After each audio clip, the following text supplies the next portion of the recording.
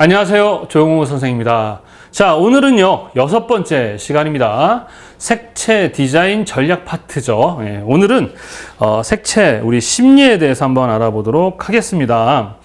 자, 우리 컬러리스트를 공부하는 이유는 색을 다루는 전문가라 그랬었습니다. 컬러리스트가.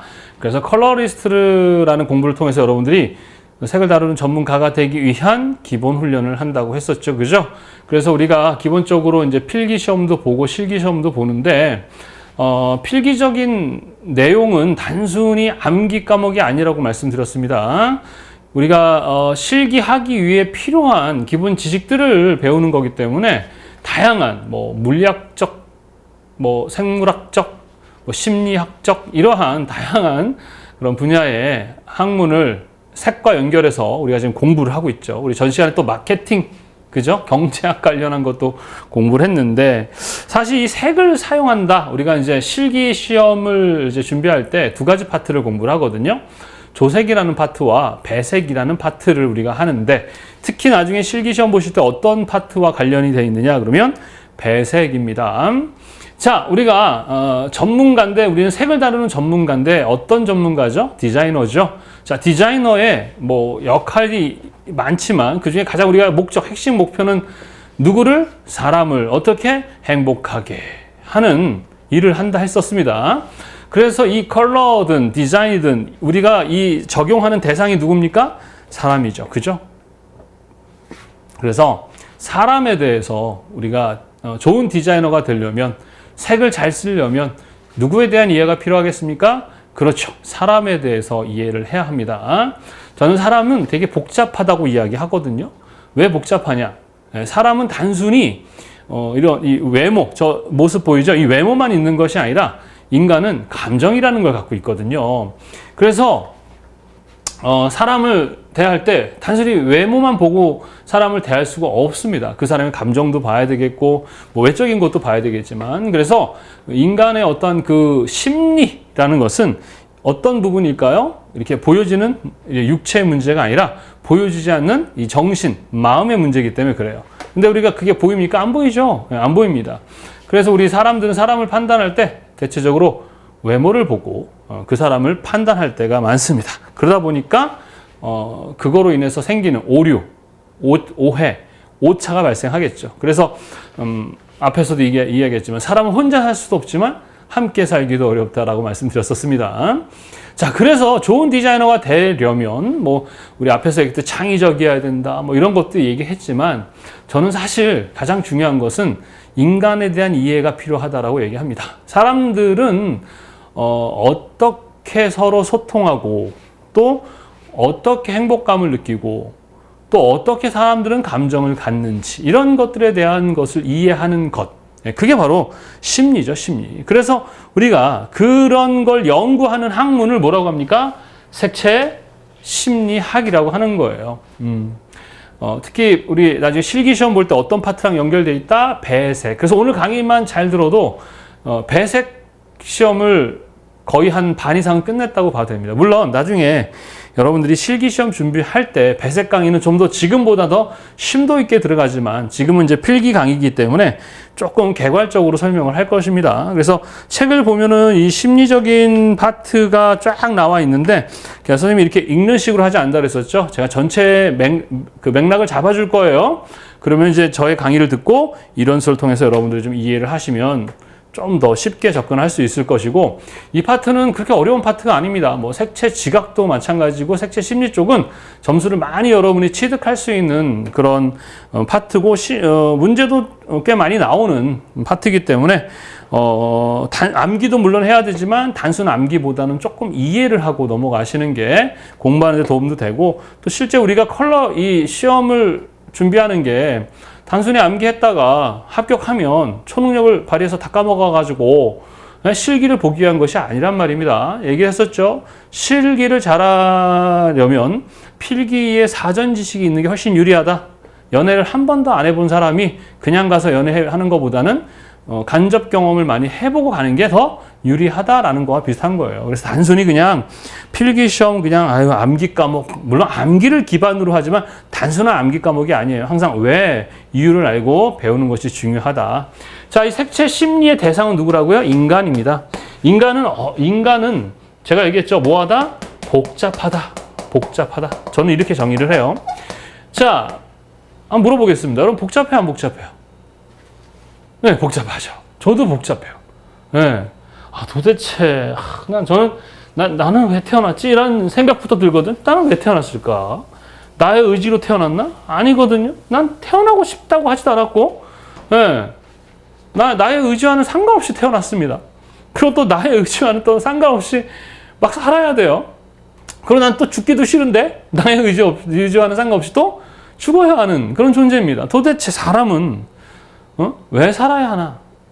그리고 나는 어떻게 살아야 되나? 너무 복잡해요.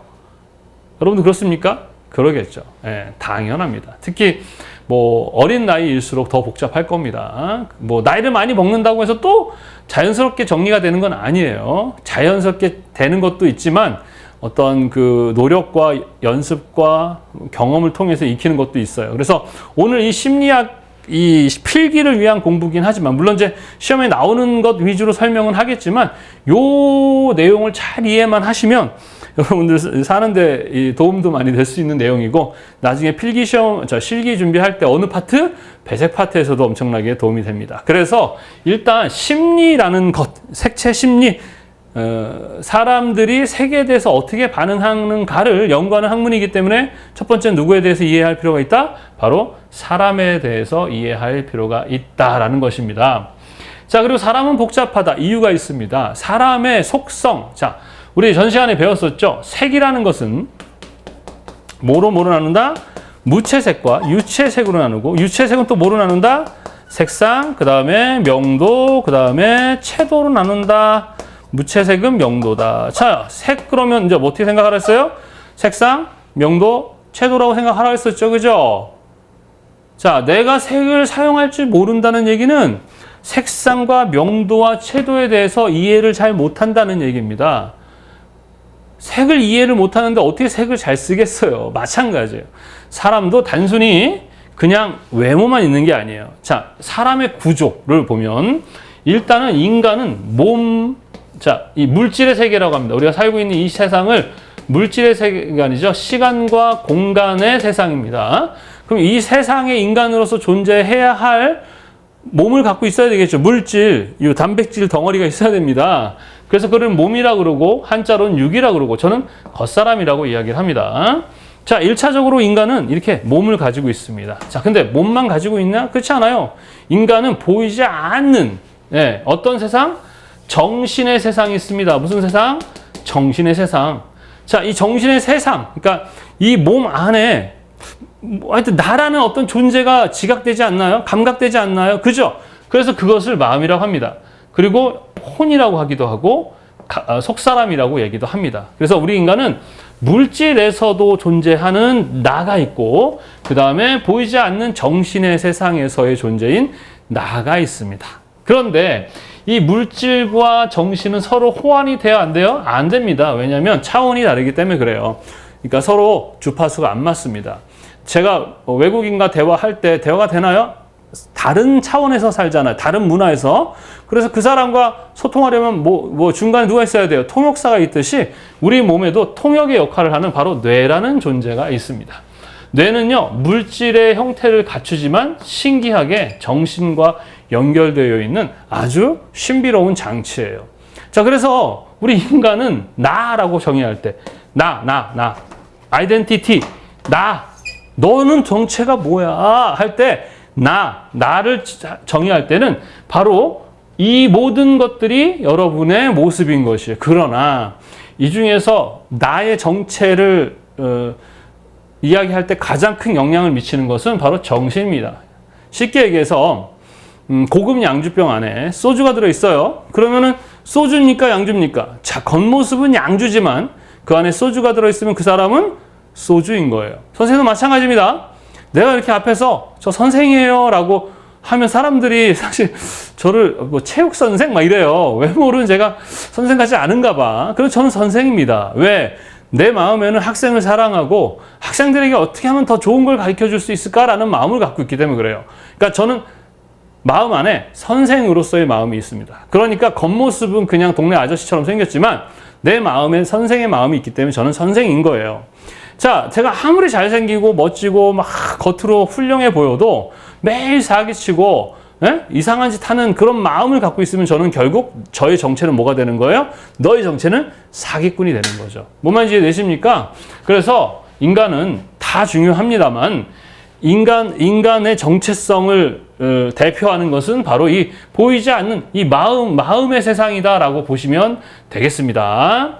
그래서 이 세 개, 자, 몸이 아파도 우리가 이 세상을 살아가는데 어때요?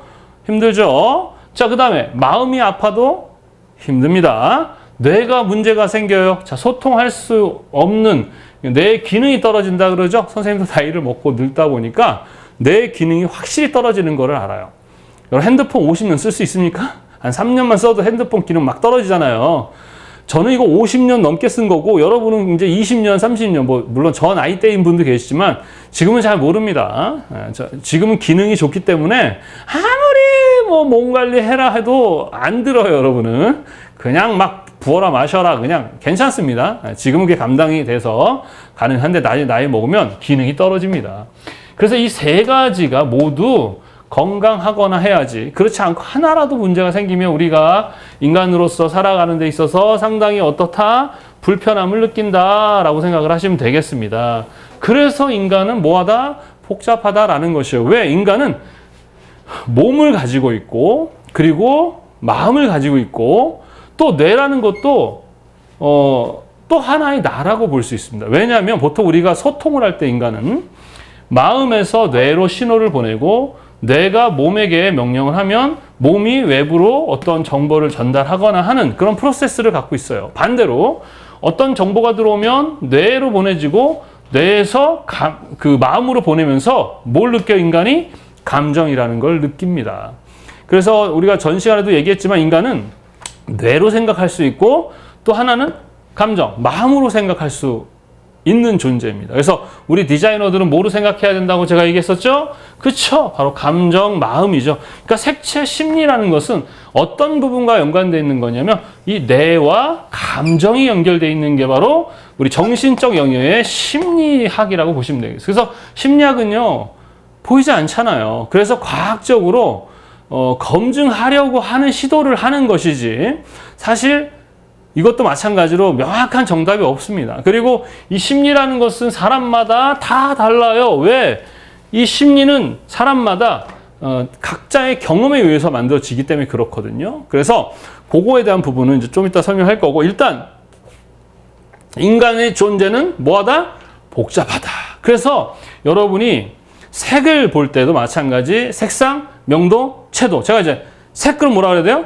색상, 명도, 채도. 이거 되게 중요합니다. 이거 공부하는 거예요. 여러분은 색 그러면 전 빨간색 좋아하는데요 하기 때문에 마치 너 어떤 사람 좋아해? 잘생긴 사람 좋아요 라고 하는 거랑 똑같은 거예요. 사람을 볼 때는 잘생긴 것도 봐야 되겠죠. 그 다음에 그 사람의 마음도 봐야 되고요. 그 사람의 뇌도 봐야 되는 거예요. 우리가 색을 사용할 때도 색상 보고 명도 보고 채도 보듯이 똑같습니다. 이해되십니까? 사실은 그 앞에 제가 필기 강의할 때 이 부분 되게 자세하게 설명을 했었는데 일단 또 실기에서 나오는 얘기라서 좀 심도 있는 이 배색에 대한 좀 더 실질적인 이야기는 이제 실기에서 좀 하도록 하고요. 필기는 이 정도 선에서만 이야기를 하도록 하겠습니다. 그래서 단순히 그냥 뭐 조색하고 이런 기능적인 게 중요하죠. 그것도 해야 되지만 왜 그것을 해야 하는가에 대한 부분을 이해하려면 이런 것을 잘 이해하셔야 됩니다. 그래서 이제부터 여러분 사람을 볼 때, 뭐 사람을 평가한다기보다는 어떤 사람을 볼 때는 뭐만 보지 마라? 외모만 보지 말아라. 요 보이지 않는 부분도 볼 줄 알아야 한다라는 것이죠. 그리고 나를 볼 때도 단순히 나를 보지 마시고 나의 몸, 나의 뇌, 나의 정신 이 상태를 구분해서 보게 되면 거기에 문제가 생긴 거에 맞춰서 여러분이 조치를 하면 됩니다. 하여튼 그런 원리야. 하여튼 인간은 뭐하다? 복잡하다라는 것입니다. 자, 두 번째. 그러면 인간은 어떻게 소통하고 또 어떻게 사람들은 감정을 갖는가? 자, 인간은 삶이 목적입니다. 아셨죠? 인간은 참 안타깝게도 누구나 다 죽습니다. 그래서 우리가 하루하루를 사는 것이 사실은 죽어가는 거죠. 그죠? 우리 죽는 건 순서가 없죠. 그죠? 선생님도 지금 이렇게 강의하다가 갑자기 지진이 나서 무너져서 갑자기 세상을 떠날 수도 있는 거죠. 그래서 우리 인간은 본질적으로 그 죽음에 대한 공포를 갖고 살아요. 그래서 우리는 뭘 갖고 산다? 불안이라는 걸 갖고 살 수밖에 없다라고 얘기했었습니다. 불안이 나쁜 걸까요? 그렇지도 않아요. 세상에는 있잖아요. 좋고 나쁘다라고 그렇게 할 수 있는 게 없습니다. 정답은 없습니다. 그래서 얘기했죠. 우리 디자인의 목적은 뭐라고요? 균형과 조화를 찾아가는 거예요. 자꾸 정답을 찾으려 하니까 힘들고 어려운 겁니다. 세상엔 정답이 없어요. 그거 잘 이해하십시오. 자, 인간은 어떻게 소통하느냐? 자, 인간은요. 아까도 얘기했죠. 마음이 뇌에게 명령을 하면 뇌가 몸에 명령을 해서 외부에 신호를 보내거나, 자, 외부로부터 신호가 들어오면 그 신호가 뇌에 거쳐서 어디로? 마음으로 가는 이런 프로세스를 갖고 있어요. 이 순식간에 일어납니다. 그래서 우리는 인간은 혼자 살 수 없다 얘기했었습니다. 그죠? 예, 왜? 먹고 자고 입고를 해결해야 일단 생존하거든요. 근데 혼자서는 먹고도 해결을 못 합니다. 그러니까 인간은 어떻게 해야 된다고요? 같이 살아야 돼요. 자꾸 분열하고 미워하고 싸우면, 그래서 내가 이긴 것처럼 보이지만 같이 공멸하는 겁니다. 항상 우리 역사를 봐도 그 나라가 망할 때 가장 큰 징조는 뭐 가뭄이 오거나 하는 그런 재해가 아니었어요. 국민이 분열하고 서로 반목하고 싸울 때, 그럴 때 나라가 망했습니다. 망하는 나라가 망하면 나랑 상관없어. 아니죠. 나도 망하는 거예요. 이 지금의 우리 대한민국을 바라보면 참 싸울 게 없어가지고 남자와 여자 또 뭐 나이가 어린 상관, 이거는 싸움의 문제는 아니거든요. 사실은 어쩌다 그렇게 됐는지는 모르겠어요. 디자이너 입장에서는 참 안타깝지만 우리 디자이너들은 그러면 안 됩니다. 아셨죠? 우리 디자이너들은 어떻게 하면 보다 더 인간들이 행복할 수 있는가, 특히 어떻게 하면 더 소통을 잘할 것이냐, 이런 것들을 고려해야 되지 자꾸 분열을 조장하는 그런 디자이너 없습니다. 모르겠어요. 다른 건 모르겠고 우리 디자이너들은 그러면 안 된다. 자, 그래서 일단은 인간에게는 같이 살아야 되다 보니까 그 사람과 내가 소통을 해야 돼. 그죠? 근데 외부로부터 우리가 정보가 들어올 때 받아들이는 감각이라 그러죠. 뭐라 그래요? 감각이 있는데 그 감각을 우리는 5가지 감각을 갖고 있습니다. 뭘 갖고 있죠? 시각, 청각, 촉각, 후각, 미각이라는 5감각을 갖고 있습니다. 맞죠? 그죠? 그런데 참 안타까운 게 초능력이 있나요? 아니죠. 우리 시각도 배웠었어요. 눈은요, 기본적으로 볼 수 있는 각도도 우리 그 얘기는 안 했었다. 130도에 이렇게 190도 이렇게 그 얘기를 안 했었던 것 같네. 하여튼 교재 나오니까. 그리고 볼 수 있는 거리도 어때요? 제한되어 있고. 그리고 뭐 청각도 마찬가지. 우리가 들을 수 있는 그런 그 소리들, 볼 수 있는 그 어떤 가시광선 그 안에 하여튼 어때요? 감각이 초감각이 아니란 말이죠. 그렇기 때문에 인간은 어떻다? 오류를 갖고 있어요. 오류를. 그러니까 디자이너들이 완벽해서는 안 돼요. 내가 생각하는 것이 맞아라고 생각하면 안 돼요. 우리 디자이너들이 일반인과 다른 건 뭐예요? 다른 사람들이 보지 않는 문제를 볼 수 있는 능력을 가진 사람이라고 그랬잖아요. 그쵸? 다른 사람과 똑같은 고민과 걱정거리를 가지고 살면 그건 디자이너가 아니에요. 그죠? 창의라는 말은 뭐예요? 남들이 보지 못하는 문제를 발견하고 그것에 대해서 대안을 찾아가는 과정이 창의고, 그것을 제안하는 사람이 바로 기본적으로 디자이너고, 그런 일들을 하는 모든 사람들을 다 디자이너라고 얘기를 합니다. 어떻게 보면 과학자나 발명가들도 제품 디자이너라고 얘기할 수 있는 거예요. 뭔 말인지 아시겠죠? 그래서 이 외부로부터 온 정보가 들어오면 그 정보가 누구로 보내진다고요? 뇌로 보내주는데, 자, 이 뇌의 역할은 뭐냐? 우리 인간의 뇌의 역할은 생존입니다. 뭐라고요? 생존, 삶입니다. 아까 얘기했었죠? 우리 인간이 기본적으로 살아야 되지 않습니까? 죽으면 무슨 의미가 있어요?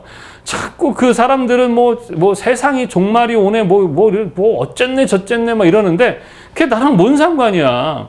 당장 내가 죽으면 세상 종말이에요. 그게 안 그렇습니까? 그쵸? 그러니까 자꾸 오지도 않은 미래를 걱정하지 마시고요. 현재를 잘 살지 못하면 미래는 곧 현재입니다. 자, 말했죠? 과거 됐죠? 말했죠? 과거 됐죠? 그렇죠? 또 과거 됐잖아요. 현재가 미래인 거예요. 그러니까 내가 현재를 잘 살아야 미래를 잘 사는 것이 되는 겁니다. 그래서 자꾸 그런 좀 사람들에게 두려움을 주고 그런 어떤 좀 어떻게 보면 사기야. 말도 안 되는 그런 것에 집중하지 말고, 자, 잘못됐다는 얘기는 아니고 저는 디자이너를 교육하는 사람이니까 디자이너들은 그런 데에 빠지지 말고 그런 데에 사로잡혀 살지 말자, 그런 얘기예요. 근데 진짜 안타까운 건 디자이너라는 분들도 이 뭐 타로라든가 이런 점을 치러 가는 것도 참 저는 신기했어요. 물론 나쁘다는 얘기 아닙니다. 하셔도 돼요. 해도 됩니다. 제가 강남 홍대에서 특히 이제 디자인을 강의하다 보니까 이렇게 이제 길을 가다 보면 점집이 이렇게 많은 거예요. 아니, 젊은이들이 많은 동네에 왜 이렇게 점집이 많지라고 봤더니 막 젊은 친구들이 줄 서서 점을 보고 막 이러는 거죠. 왜 보지? 그랬더니 뭐 물어본다는 게 뭐 직업에 대해서, 연애에 대해서 뭐 이런 아주 그런 먹고 사는 문제에 관련한 것들에 대한 질문들을 하더라고요. 우린 얘기했죠. 점쟁이가 동쪽으로 이사하지 마, 그러면 우린 가야 된다고 했었습니다. 그래서 나쁘다는 얘기 아니에요. 오해하지 마세요. 그냥 재미로 보든 말든 건 상관없지만 우리 디자이너들은 그런 것들을 통해서 이렇게 영향을 받는 사람들이 아닙니다. 우리는 정체성, 그러니까 나는 토끼야, 나는 거북이야 라는 명확한 정체성을 가지고 정체성이 없는 사람들에게 하나의 대안을 제시하는 거. 항상 정체성이 없는 사람은 정체성 있는 사람의 영향을 받게 돼 있거든요. 그래서 인간은 사는 게 중요해요. 삶. 그래서 뇌는 오직 생존을 목표로 합니다. 이 뇌는. 그래서 외부로부터 어떤 정보가 들어오죠. 자, 예를 들어 봅시다. 여러분 시각은 보통 어떤 걸 담당하냐면 형태와 그 다음에 색을 담당합니다. 청각은 소리를 담당하는 감각, 촉각은 느낌이죠.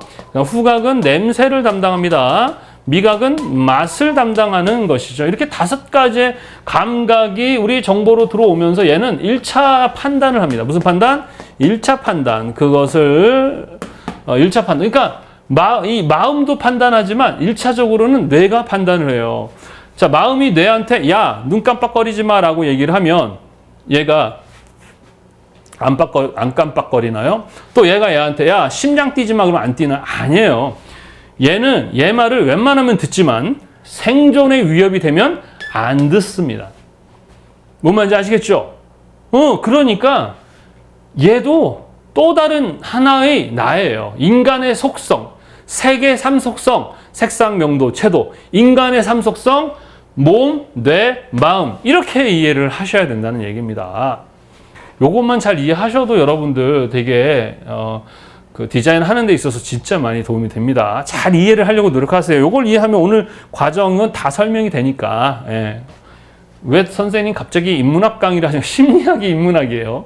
인간에 대한 학문이잖아요. 그죠? 그리고 이 색채 심리 이 설명 안에 다 들어가는 내용이라서 요걸 설명하는 거죠. 예전에 이것보다 훨씬 더 심도 있게 얘기했는데 그 부분은 나중에 실기 배울 때 하겠습니다. 그러니까 실기도 선생님한테 배우시면 좋아요. 단순히 막 가서 그냥 색을 조색하고 이런 것이 중요한 게 아니라 이러한 인간에 대한 이해가 필요하다. 알겠죠? 그러면 얘가 예를 들어서 여러분이 여러분이 시각으로 좋아하는 영화 배우나 좋아하는 뭐 여배우나 남배우가 있겠죠. 그러면 뭐 예를 들어서 원빈이에요, 원빈. 원빈을 시각으로 봅니다. 만약에 원빈처럼 생긴 원빈을 봤죠. 그러면 원빈이 시각 안으로 들어옵니다. 형태로 들어오고 누구로 보내주죠? 뇌로 보냅니다. 그럼 얘는 판단합니다. 1차 판단을 할 때, 자, 다른 거 다 필요 없고 생긴 것만 얘기했을 때 원빈처럼 생긴 남자가 나의 남친이나 그 남편이라고 한다면 어때요? 좀 뿜뿜할까요? 아니면 쪽팔려 나는 이럴까요? 나의 삶에 도움이 돼야 안 돼요? 되죠. 예, 그러면 1차 판단을 할 때 나의 삶에 도움이 되면 도움이 안 되면 bad 이렇게 기억을 합니다. 뭐 한다고요? 기억을 합니다. 1차적으로 뇌는 뭐 한다? 기억한다. 해마의 기억을 시키는데 바로 우린 이거를 기억색이라고 얘기를 하는 겁니다. 뭔 말인지 아시겠죠? 요게 아주 중요해요. 요 기억이라는 놈 때문에 우리는 다양한 생각을 하게 되는데 그럼 기억색만 있는 게 아닙니다. 기억 형태, 기억 소리, 기억 느낌, 기억 냄새, 기억 맛이 있어요. 아셨죠? 근데 우리는 어떤 거와 연결되어 있죠? 시각과 연결되어 있고 거기에 뭐가 연결되어 있어요? 색과 연결되어 있기 때문에 우리는 뭐 한다? 기억한다. 무슨 새? 기억새. 그래서 교재에 나와 있습니다. 기억새. 요 시험 문제에 자주 나오는 파트니까 기억하세요. 자, 그래서 원빈 good 기억합니다. 삶에 도움되네 하고 그리고 나서 이 굿이라는 이 느낌을 누구에게? 마음에다 보냅니다. 그럼 마음은 뭘 느껴요? 우리가 말하는 감정을 느끼게 되는 거예요. 얘가 보내는 1차 판단에 의해서 감정을 느끼는데 얘가 good 그러면 우리가 긍정적 감정이라고 하죠. 무슨 감정? 긍정 감정. 얘가 bad 그러면은 뭐예요? 부정 감정 이런 것들을 가지게 되는 겁니다.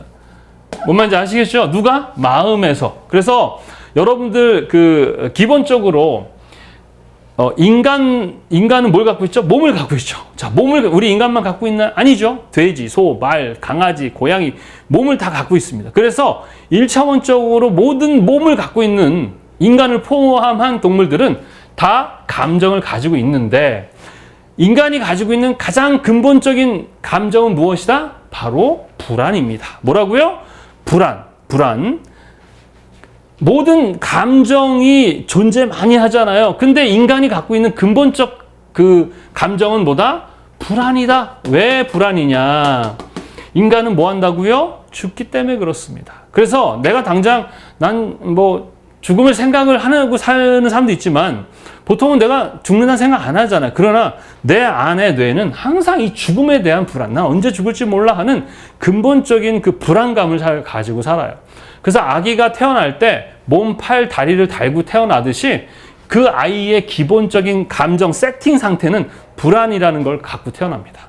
그래서 아이가 태어날 때 어때요? 울죠. 물론 처음에 숨을 쉬기 위한 것이다.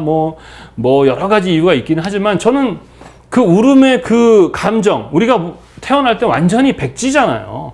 아무것도 배워보지 않았어요. 그런데 아이가 태어나서 누구도 가르쳐 주지 않는데 응애 하고 울잖아요. 그게 좋아서 응애 하는 거예요? 아니잖아요. 불안해서 우는 거예요. 새로운 환경에서 나 죽을까 봐. 뭐는 잘 모르겠는데 나의 본능에서 처음으로 느껴지는 감정은 바로 불안이라는 것이죠. 그래서 그 불안이 어린 아이로부터 자라면서 그것을 잘 관리하면, 그 불안이라는 것을 잘 관리하면서 자라면 상당하게 우리는 긍정적 감정이라는 걸 가져요. 사랑, 기쁨, 만족, 행복 이런 것들이죠. 근데 반면에 어릴 때 그 불안함에 노출을 많이 하면서 관리를 제대로 할 수 없는 환경에서 자라면 그 아이는 아주 부정적 감정을 가져요. 우울함, 두려움, 슬픔 이런 여러 가지 이것들 갖게 되는 것이죠. 뭔 말인지 이해되십니까? 그래서 참 어릴 때 어떻게 자라는가는 참 중요하다고 생각이 됩니다. 물론 그런 환경을 극복해서 더 나중에 잘 될 수도 있겠지만 하여튼 그렇게 해서 인간은 기본적으로 모은다 불안이라는 감정을 갖고 있다. 짐승들도 마찬가지예요. 근데 인간은 동물들은 마음이라는 게 없어요. 인간과 같은 마음은 없고요. 그냥 뇌와 몸만 가지고 있습니다. 강아지 이런 애들은. 그래서 강아지는 절대 배신하지 않습니다. 절대 배신하지 않아요. 왜? 자기의 생사 이탈권을 갖고 있는 사람 또는 존재가 있으면 거기에 아주 맹신하게 되어 있습니다. 절대 배신 안 합니다. 뭔 말인지 아시죠? 그러나 우리 인간은 배신합니다. 왜? 마음을 갖고 있기 때문에요. 마음을 갖고 요것만 있다면 우리 인간은 그렇지 않은데 마음을 갖고 있어요. 그래서 동물은요, 딱 그 감정이 있지만 아주 기본적 감정이에요. 불안 죽을 것 같은 그 불안함과 안정감, 요 두 가지밖에 없어요. 물론 거기 약간씩의 뭔가는 있겠지만 인간은 아주 감정이 세분화되어 있고 섬세하게 불안을 통해 나옵니다. 자, 기쁘다도 그냥 기쁘다, 슬프다 이래야 되는데 인간은 그것이 아주 섬세하게 나눠져 있어요. 기쁘다 할 때 어때요? 이야, 너무 기뻐! 이런 기쁨이 있고 또 하는 나쁘지 않네 이럴 수 있단 말입니다. 그래서 정말 기쁠 때는 그 정말 기쁜 거에 맞게 하면 더욱더 기뻐지는 것이고 슬플 때는 슬프게 하는 것이 돼야 되는데 기쁠 때 슬프고 슬플 때 기쁘고 이렇게 되게 되면 안 된다는 것이죠. 인간은 복잡해요. 감정, 마음을 갖고 있기 때문에 인간은 되게 복잡하다. 예. 그리고 아까도 얘기했지만 어릴 때 어떻게 자라는가 그건 나의 의지와는 상관없잖아요. 여러분도 내가 내 부모 만나고 싶어 태어난 거 아니잖아요. 나도 보니까 태어났고 나 보니 부족한 부모도 만나고 뭐 좋은 부모도 만날 수 있겠지만 좋은 부모 만날 확률은 진짜 90%, 99%도 안 됩니다. 0.1%? 1%? 이것도 안 돼요. 왜냐하면 부모라고 하시는 분들이 애를 낳을 때 나이가 너무 어려요. 저도 우리 첫 아이를 27살 때 낳았거든요. 뭐 제가 아빠라는 경험을 해봤습니까? 안 해봤잖아요. 그래서 지금도 첫째한테 너무 미안해요. 그래서 지금도 아이한테 항상 이렇게 미안하단 말을 많이 해요. 나도 사실 너무 철이 없었어. 나도 지금 생각해보면 너무 철이 없었어. 왜? 나도 그때 너무 어렸으니까. 어린 나이에 아빠가 된 거니까. 그러니까 좋은 아빠를 만날 확률은 그렇게 높지 않은 것인데, 그럼에도 하고 인간은 나의 의지와는 상관없는, 그러니까 환경의 영향을 받게 돼 있어요, 사람들은. 뭐의 영향? 환경, 외부의 환경. 그래서 폭력적인 환경에서 자라면 그게 맞는 줄 알고 그 사람도 폭력적인 사람이 되는 건 아니에요. 될 확률이 높은 거예요. 모든 건 확률의 문제입니다. 뭔 말인지 아시겠죠? 내가 시험 공부를 안 하고 합격할 확률도 있고요. 시험 공부를 하고 합격 확률이 있다고 했죠. 어떤 게 더 높다? 하면 높은 거예요. 뭔 말인지 알겠죠? 어떤 친구들은 선생님 이 시험 되게 쉽다는데요? 내가 아는 누구는 책 한 번 보고 합격해도 그럴 수도 있어요. 너는 아니야. 알겠죠? 그 사람은 되는데 너는 아닐 수 있어. 라고 얘기해 준단 말이에요. 확률의 문제지 어떤 정답이 있는 게 아니야. 하셨죠? 좋은 사람들 가운데도 나쁜 사람이 있고요. 나쁜 놈들 사이에 좋은 사람이 있는데 좋은 사람에서 나쁜 사람 만나기 확률이 더 낮고 나쁜 환경에서 좋은 사람 만날 확률이 낮은 거다. 이렇게 생각을 하셔야 됩니다. 그러니까 너무 복잡해하지 마시고 우리는 어떻게 좀 단순화시켜서 좀 더 이렇게 접근할 필요가 있다라는 것입니다. 뭔 말인지 이해되시죠? 네. 그래서 인간의 이 감정, 불안하지, 그래서 선생님이 말하는 행복은 무엇이냐? 행복은 뭐 하지 않은 상태? 불안하지 않은 감정 상태를 저는 행복이다라고 얘기를 합니다. 그래서 어떤 무언가를 채워서 행복하지는 못해요, 인간은. 다 가져야 됩니다. 세상의 모든 걸 다 가져야 됩니다. 그러고 나서는 어떻게 할 거냐 이거예요. 사실 가져서가 아니라 내가 감정에서 안정감을 느껴야 돼. 100만 원이 있는데도 안정감이 느끼면 행복한 거고요. 10억, 100억 있어도 마음이 감정이 그 안정감이 없으면 그건 불행한 것입니다. 자꾸 그 인문학적 이야기를 하는 것처럼 들리지만 이거 되게 중요한 색채 심리를 이해하는 데 있어서 중요한 내용이니까 이해하십시오. 이해하셨죠? 자, 외부로부터 어떤 정보가 들어오고 그 정보가 기본적으로 뇌에 보내지면 뇌는 1차 판단을 하되 생존과 관련해서 도움이 되면 도움이 되지 않으면 배드 하고 기억하고 그 감정을 보내면 요거에 따라서 우리는 감정을 느끼는 프로세스를 갖고 있다라고 했습니다. 그래서 채워서 행복하지 않는다는 이유는 뭐냐면 제가 잘생겼습니까? 못생겼습니까? 선생님. 그거 봐, 대답 안 하잖아. 무슨 얘기야? 못생겼다는 얘기거든. 왜? 여러분들 기억에 잘생긴 사람들이 너무 많이 박혀 있기 때문에 그래요. 여러분들은 환경의 영향을 받습니다. 그래서 SNS, 여러 환경에 의해서 여러분 머릿속에는 잘생기고 좋은 사람에 대한 기준이 딱 잡혀져 있단 말이에요. 어디에? 얘에. 그래서 원빈이 기억되기 때문에 조선생이 시각으로 들어오면 저와 원빈을 꺼내가지고 비교한단 말이에요. 그리고 저는 아무 잘못 없는데 오징어가 되는 거죠. 그렇죠? 그러면 내가 왜 행복하지 않은가? 바로 이 기억이라는 이 부분이 너무 높은 거예요, 여러분들. 그래서 만족하고 감사하는 것이 되게 중요하거든요. 제가 얘기했죠. 우리 아이들이 공부를 잘하고 돈을 많이 벌고 훌륭한 사람 되지 않아도 돼요. 전 나보다 늦게만 죽으면 돼요. 그래서 나는 우리 아들들이 그냥 살아만 있으면 좋겠다라는 생각을 해요. 그러니까 조금만 뭘 잘해도 너무 기뻐요. 그냥 청소만 잘해도 너무 기쁘다. 근데 내가 너무 높으면 90점 맞고 보면 뭐라 해요? 야, 100점 못 맞아? 이 새끼! 이른단 말이죠. 그래서 여러분이 지금 여러분들이 상상하는 어떤 기준들은 다 로망이고 세상에 존재하지 않는 거라고 생각하면 돼요. 야, 나 정도 됐으면은 블랙핑크처럼 또는 그 유명한 배우나 이런 사람들 정도의 수준의 돈을 벌어야 되는 거 아니야? 없습니다. 그런 거. 그냥 어떤 TV에 나오는 배우들 그런 역할에 맞는 그런 막 대기업의 무슨 자식 그런 거 없습니다. 20대 때는요, 그냥 개고생하신다고 생각하시면 돼요. 그냥 고생 많이 한다고 생각하시면 됩니다. 개가 욕 아닙니다. 개탄스럽다 그런 뜻입니다. 개라는 말은 감탄사예요. 아셨죠? 욕 아닙니다. 자, 그래서 외부로부터 온 정보가 이렇게 해서 이렇게 감정을 느끼는 이런 프로세스를 인간을 갖고 있습니다. 무슨 말인지 아시겠죠? 그래서 색채 심리학이라는 것은 바로 이 뇌작용과 이 뇌작용에 작용하는 감정의 그러한 것을 연구하는 학문이다. 그런데 심리학은 여러 가지 있는데 그 중에서 뭐에 대해 반응한다? 색에 대해서 어떻게 반응하는가를 이야기하는 거죠. 자, 여러분이 빨간색을 보면서 그냥 빨간색이네 라고 하지 않죠. 그죠? 자, 빨간색이라는 걸 경험하죠. 우리는 환경의 영향을 받습니다.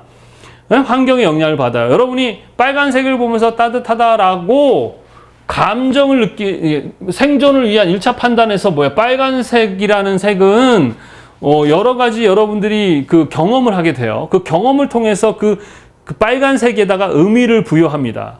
자, 우리 이 컬러리스트는 누구랑 비슷하냐 그러면 요리사랑 비슷하고 그 다음에 작곡가랑 비슷합니다. 요리사들은 뭐예요? 맛이죠. 바로 어떤 재료, 식재료를 다루는 전문가들입니다. 그 다음에 작곡가들은 누구죠? 소리를 다루는 전문가들, 음을 다루는 전문가들이죠. 우리는 똑같아요. 그 사람들과. 우린 뭐가 달라요? 우리는 색을 다루는 전문가다. 이렇게 보시면 되겠습니다. 자, 그런데 인간은 아까도 얘기했지만 감정에 뭐가 있다고요? 그 스펙트럼이 있다고 그랬었습니다. 일반 동물과는 달라요. 인간은 상당하게 이렇게 많은 스펙트럼과 다양한 감정이 있기 때문에 사람을 다룰 때 단순하게 하면 안 돼요. 그 감정에 맞게 사람을 대해야 됩니다. 제가 어릴 때부터 저는 좀 이렇게 거칠게, 우리 아이들도 좀 거칠게 자랐어요. 잡초처럼 자랐기 때문에 막 농담도 되게 세요. 그런데 아이들이 감정을 상하지 않아요. 감정 상하는 거 우리 뭐라 그래요? 상했으니까 상처받는 거죠. 그러면 우리 아이들한테 하듯이 내가 어떤 다른 사람한테 그렇게 하면 될까요? 안 되죠. 근데 보통 사람들은 지가 배고프면 남도 다 배고프다 생각하고 지가 하는 행동에 문제가 없으면 그 행동을 사람들에게 그냥 막 해버린다는 거죠.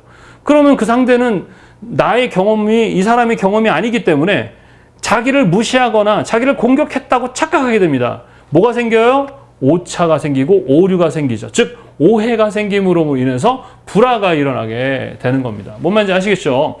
그래서 그 감정을 잘 맞춰주는 게 바로 배색이에요. 인간은 어쩔 때 쾌감이라고 합니다. 아까도 얘기했죠. 좋아, 쾌감. 좋아, 좋아. 이게 쾌감. 뭐 not bad. 이럴 수 있단 말이에요. 근데 사람들이 쾌감을 느낄 때 보통은 이 5가지의 감각을 일치할 때, 뭐라고 한다? 감각이 일치할 때 쾌감을 느낍니다. 그것을 우리는 이제 공감각이라고 얘기하죠. 왜냐하면 이것들이 각자 느낌을 갖는 게 아니라 그것들이 서로 관련돼서 쾌감을 느끼게 만들어준다 이겁니다. 그래서 감각은 뭐로 바뀌는 거죠? 감정으로 바뀌는 거예요. 아셨죠? 감각이 뭐로 바뀐다고요? 감정으로 바뀐다는 겁니다. 이거 잘 기억하세요. 감각이 뭐로 바뀐다? 감정으로 바뀐다. 자, 여러분들이 식당에서 밥을 먹고 하면 되게 맛있어요. 근데 왜 집에서 먹으면 맛이 없을까요? 그런 생각 안 해보셨습니까? 자, 왜 라면도 마찬가지예요. 식당이나 이런 데서 먹으면 맛있는데 왜 집에서 안 먹어요? 그 이유가 있는데, 자, 맛이라는 것은 누가 관련하죠? 바로 미각입니다. 이 맛이 관련을 해요. 자, 그런데 이런 거죠. 예전에 그 유튜브에서 무슨 뭐 몰래카메라 같은 걸 찍는 그런 프로인데 고급 레스토랑인데 그 친구를 불러다가 이렇게 몰래카메라를 찍는 거예요. 아주 비싼 그냥 고급 레스토랑이에요. 거기에서 이제 그 음식을 대접하겠다고 친구를 부른 거죠. 그러니까 친구가 너무 좋아가지고 막 왔어요. 근데 이제 뭐 어떤 몰래카메라냐면 그 식당에서 제공되는 음식들은 다 편의점에서 산 거예요. 그러니까 뭐 스파게티니 뭐 와인이니 이런 거 있잖아요. 뭐 5,000원, 10,000원 이런 것들을 사서 스파게티를 그냥 단순하게 어디 전자레인지에 돌려서 그냥 그 집 그릇에 담아서 멋있게 나와서 음식을 제공하는 그런 것이었습니다. 근데 그 친구의 반응을 보는 그건데 먹으면서 감탄하는 거예요. 와, 진짜 다르다. 역시 달라. 뭐 와인 내가 며칠 전에 편의점에서 먹은 거 너무 달아. 막 이러는데 막 웃는 거죠. 분명히 편의점 음식인데 그 친구들이 막 도망가 버립니다. 그랬더니 와가지고 막 친구가 또 당했네 이랬더니 이게 얼마였더니 뭐 얼마니까 왜 싸요 그랬더니 알고 봤더니 야 네가 먹은 음식은 이렇다 이렇게 얘기했지만 근데 실제 그 친구 모르고 먹었던 친구는 정말 맛있었어요. 왜냐하면 이 미각이 맛이 좀 없더라도 다른 감각들 예를 들어서 형태는 고급스러운 그러니까 고급스러운 음식점인데 고급스러운 이미지가 있어요.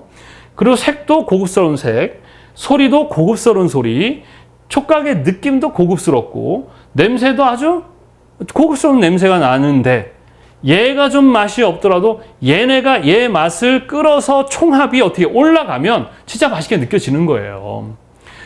아무리 맛있는 그 집, 그 시그니처 그 음식을 가지고 포장해서 집에 가서 한번 먹어보십시오. 네? 매일 보여지는 집의 분위기, 색, 소리에 엄마 막 애들 시끄럽고, 느낌은 막 그냥 똑같고, 냄새는 집 냄새 나는 데서 한번 맛있는 거 먹어보세요. 아무리 맛있어도 전체적인 합이 떨어지기 때문에 어때요? 쾌감이 떨어지게 되는 겁니다. 제가 여러분한테 진짜 맛있는 고급 초콜릿을 주어요. 맛있겠죠. 100점이죠. 그런데 그 모양이 디테일한 똥 모양이야. 어떻겠습니까? 맛은 있지만 시각이 불일치하죠. 떨어뜨립니다. 맛이 없어지는 거예요. 뭔 말인지 아시겠습니까? 그게 배색이에요. 이해하셨죠? 아무리 맛있는 음식이어도 다른 감각이 일치하지 않으면 그 맛은 맛없게 되고 자 시각적인 형태가 비교적 못생겨도 저 어때요 지금? 처음 보신 분들은 못생겨 보이죠? 그러니까 못생겼으니까 어때요? 배드죠? 그러니까 마음에서는 믿을 수가 없어. 조 선생 별로인 것 같아. 이런 생각이 들 겁니다. 근데 제 강의를 여러 번 계속 듣다 보면 자, 이 선호도라고 하는데 선호도가 높아지는 것은 많이 접하고 보면 돼요. 경험하면서 사람들은 사실은 좋아진다기보다는 안정감을 느끼는 거예요. 아, 저 사람은 나에게 사기치지 않아. 저 사람이 나에게 도움이 되네. 이런 거지. 좋다라는 것은 하나의 그 안정감이거든요. 그래서 시간이 지나 보면 선생님이 도리어 좋아지게 됩니다. 그리고 저가 막 잘생겨 보이기도 할 거예요. 비교적 얘는 떨어지지만 다른 게 올려지는데 우린 그걸 이제 전체적인 공감각 이미지라고 합니다. 이미지. 이런 이미지를 가지게 돼요. 뭔 말인지 아시겠죠? 그 이미지가 전체적으로 우리에게 감정을 갖게 합니다. 자, 그래서 여러분들이 빨간색을 보면서 따뜻하다고 느끼는 것은 외부로부터 오는 빨간색의 환경이 따뜻했던 경험이 많았던 거예요. 그래서 얘는 빨간색이 따뜻했다라고 기억을 합니다. 근데 긍정인지 부정인지 뭐냐? 내가 납치가 됐어. 따뜻한 방에, 빨간 방에. 그러면 그때 그 부정적 감정이 색과 연결돼서 나는 빨간색은 부정적이야 라는 감정을 갖게 됩니다. 뭐 우리 보통 트라우마라고 얘기하죠. 그래서 내가 빨간색만 보면 이제 떨리는 거예요. 이렇게 인간은 복잡한 뭘 갖고 있어요? 이런 그 프로세스를 갖고 있어요. 그래서 사람을 대할 때 단순히 요것만 보고 이야기를 하면 안 돼요. 사람들은 겉과 속이 다르거든요. 아픈 사람은 아프지 않은 척을 합니다. 뭔 말인지 아시겠죠? 그러다 보니까 겉은 괜찮아 보이는데 속이 아픈 사람이 있어요. 그리고 선생님 보면서 웃으면서 있지만 속으로 죽어 이럴 수도 있는데 겉으로는 짜증나 이러는데 속으로는 너무 좋아 이럴 수 있는 게 인간이라는 거예요. 그래서 인간을 제가 믿음의 대상이 아니라는 것은 이렇게 인간은 어쩔 수 없이 그냥 불안한 존재이고 부족한 존재이고 죽을 수밖에 없는 존재, 그러니까 실수할 수밖에 없는 존재이기 때문에 인간을 믿지 말라, 즉 기대하지 말라는 것입니다.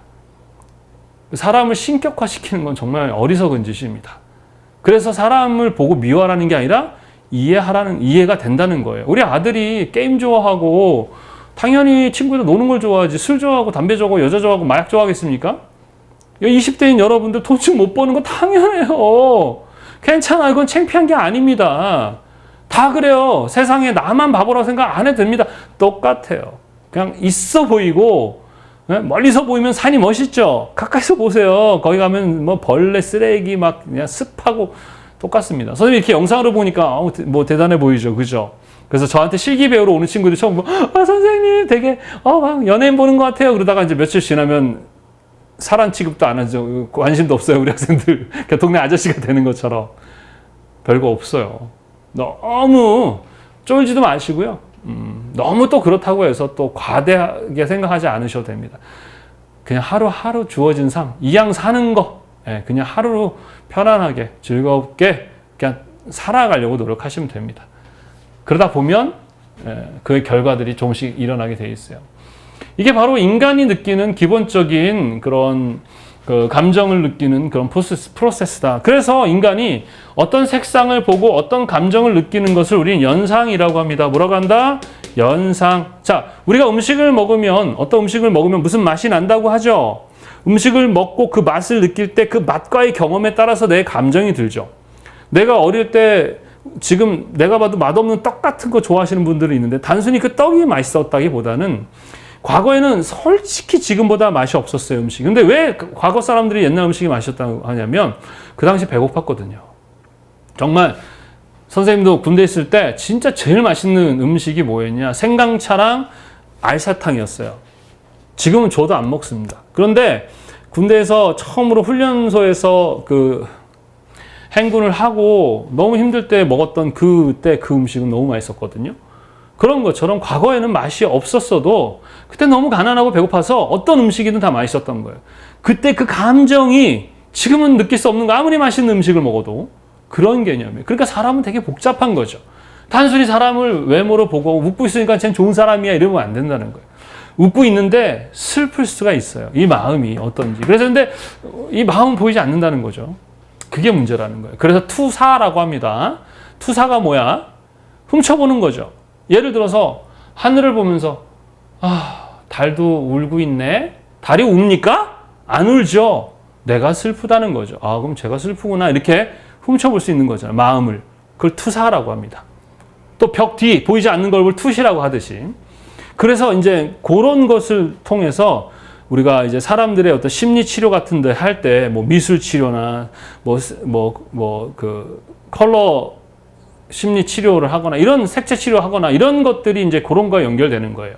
그러니까 색으로도 그 사람의 마음을 투사할 수 있고 또 그 투사를 통해 그 사람의 어떤 감정, 이 마음을 이렇게 고쳐줄 수 있는 것을 할 수 있는 걸 우리는 심리 치료할 때 쓰는 방법 중에 하나인 미술 치료도 있지만 색채 치료도 있어요. 그래서 시험 문제 색채 치료도 나오는 거예요. 즉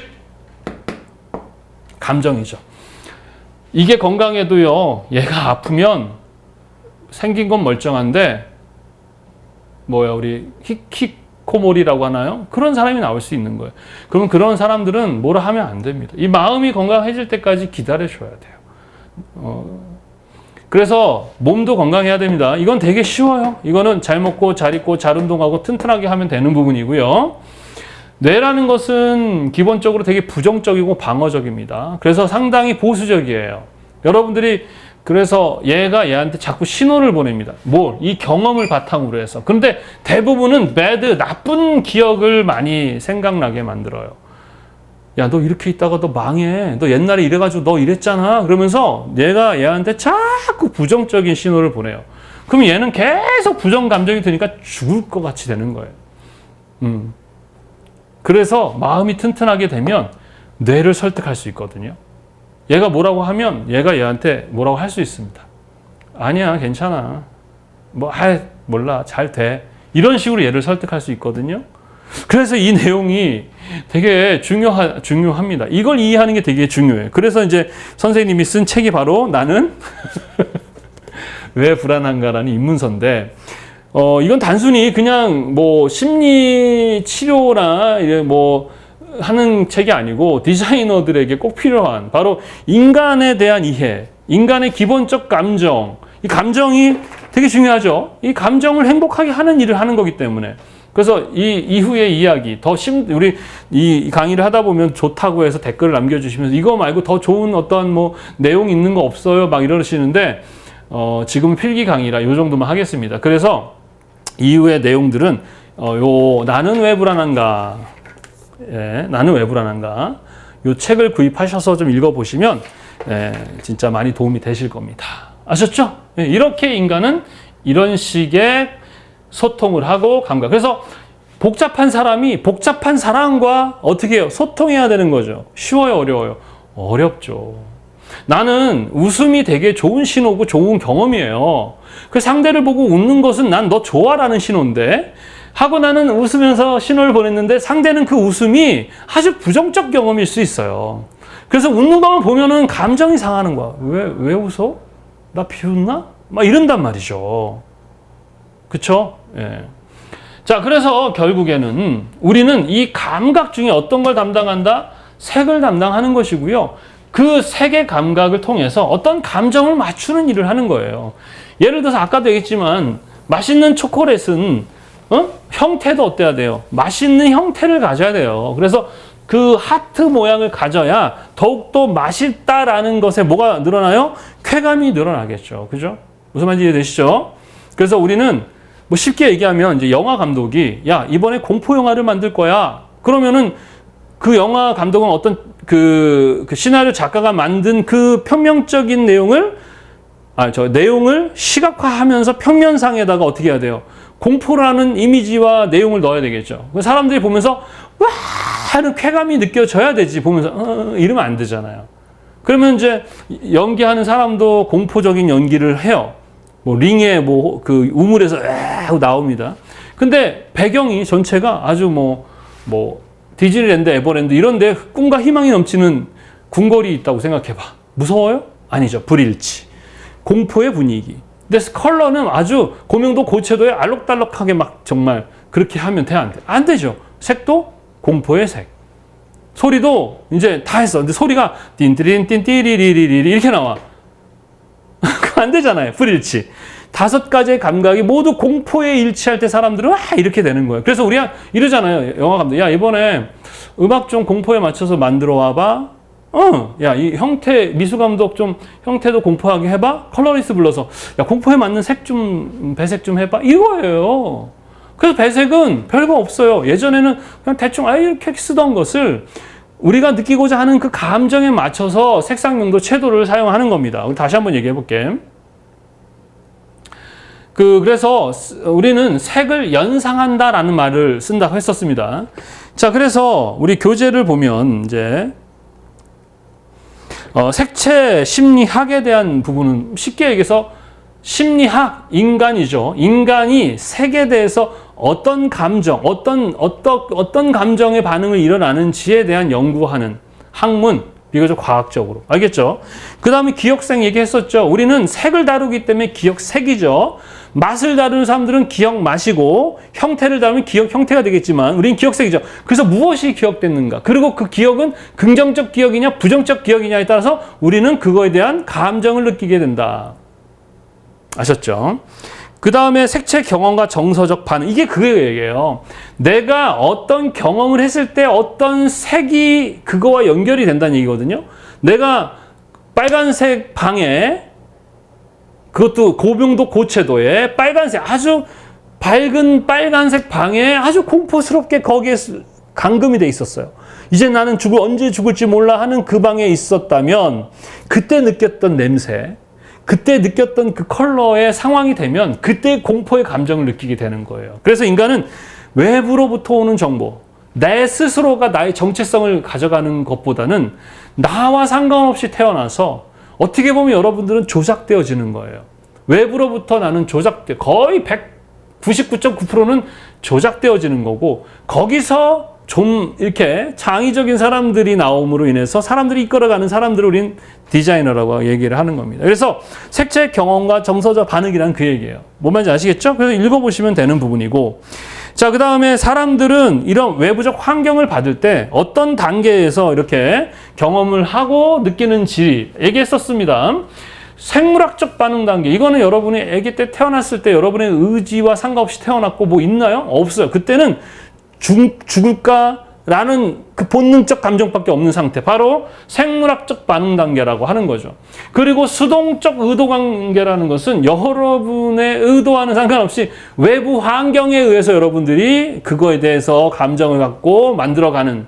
그리고 이제 어느 정도 여러분들이 성장하고 좀 하면 능동적으로 이제 내가 주도적으로 내가 원하는 내가 그런 니즈죠. 그런 선호도를 갖게 되는 이런 관계를 이야기하는 것입니다.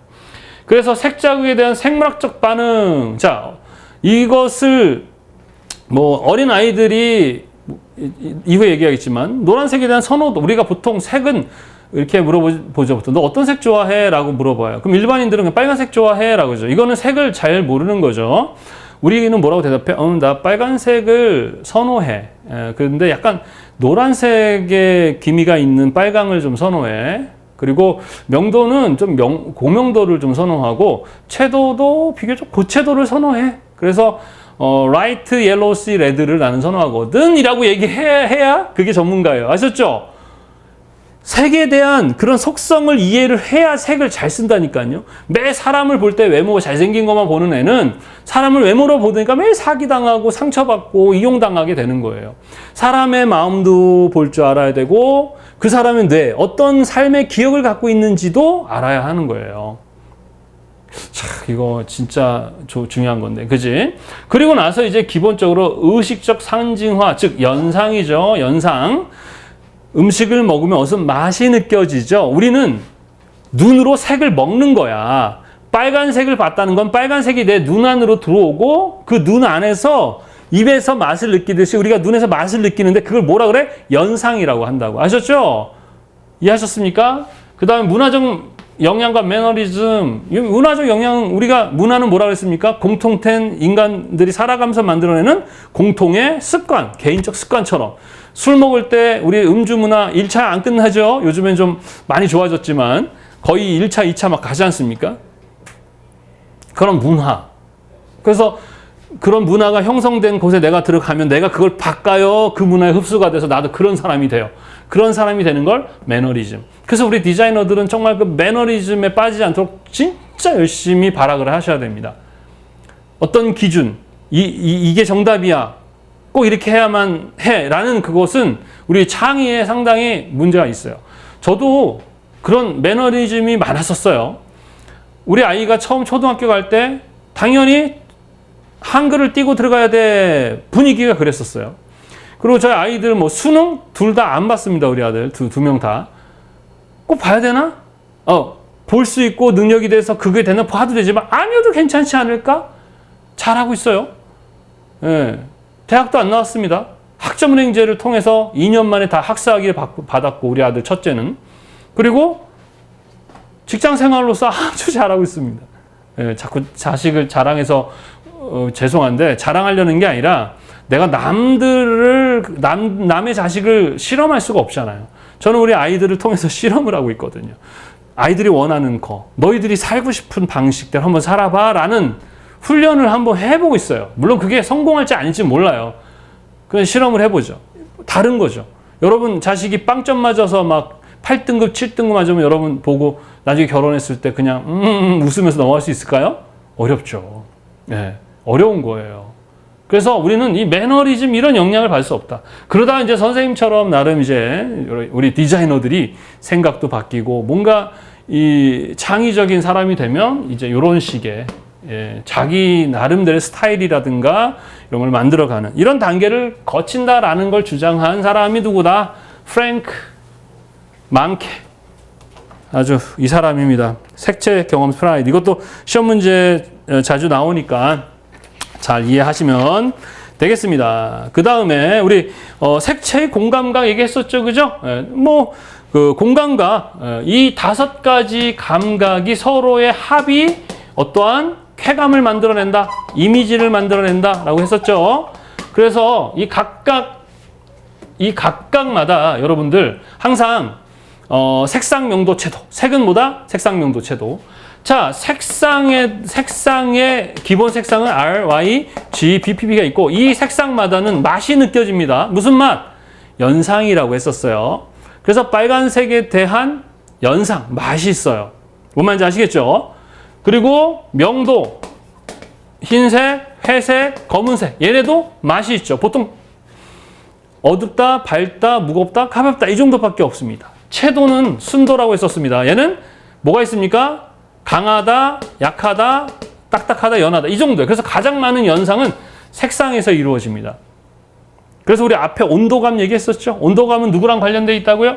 색상감이랑 해서 팽창 뭐 이런 거 배웠었죠. 마찬가지로 항상 얘네들을 설명할 때도 색상, 명도, 채도로 설명하시면 되겠습니다. 이거는 외울 필요가 없어요. 자, 예를 들어가지고 촉각에 대한 부분이죠. 자, 촉각에서 강하고 딱딱한 느낌이라고 나와 있습니다. 이거 외울 필요 없습니다. 자, 강하다, 딱딱하다는 색상, 명도, 채도 중에서 어떤 거와 관련되어 있는 느낌일까요? 그렇죠. 채도입니다.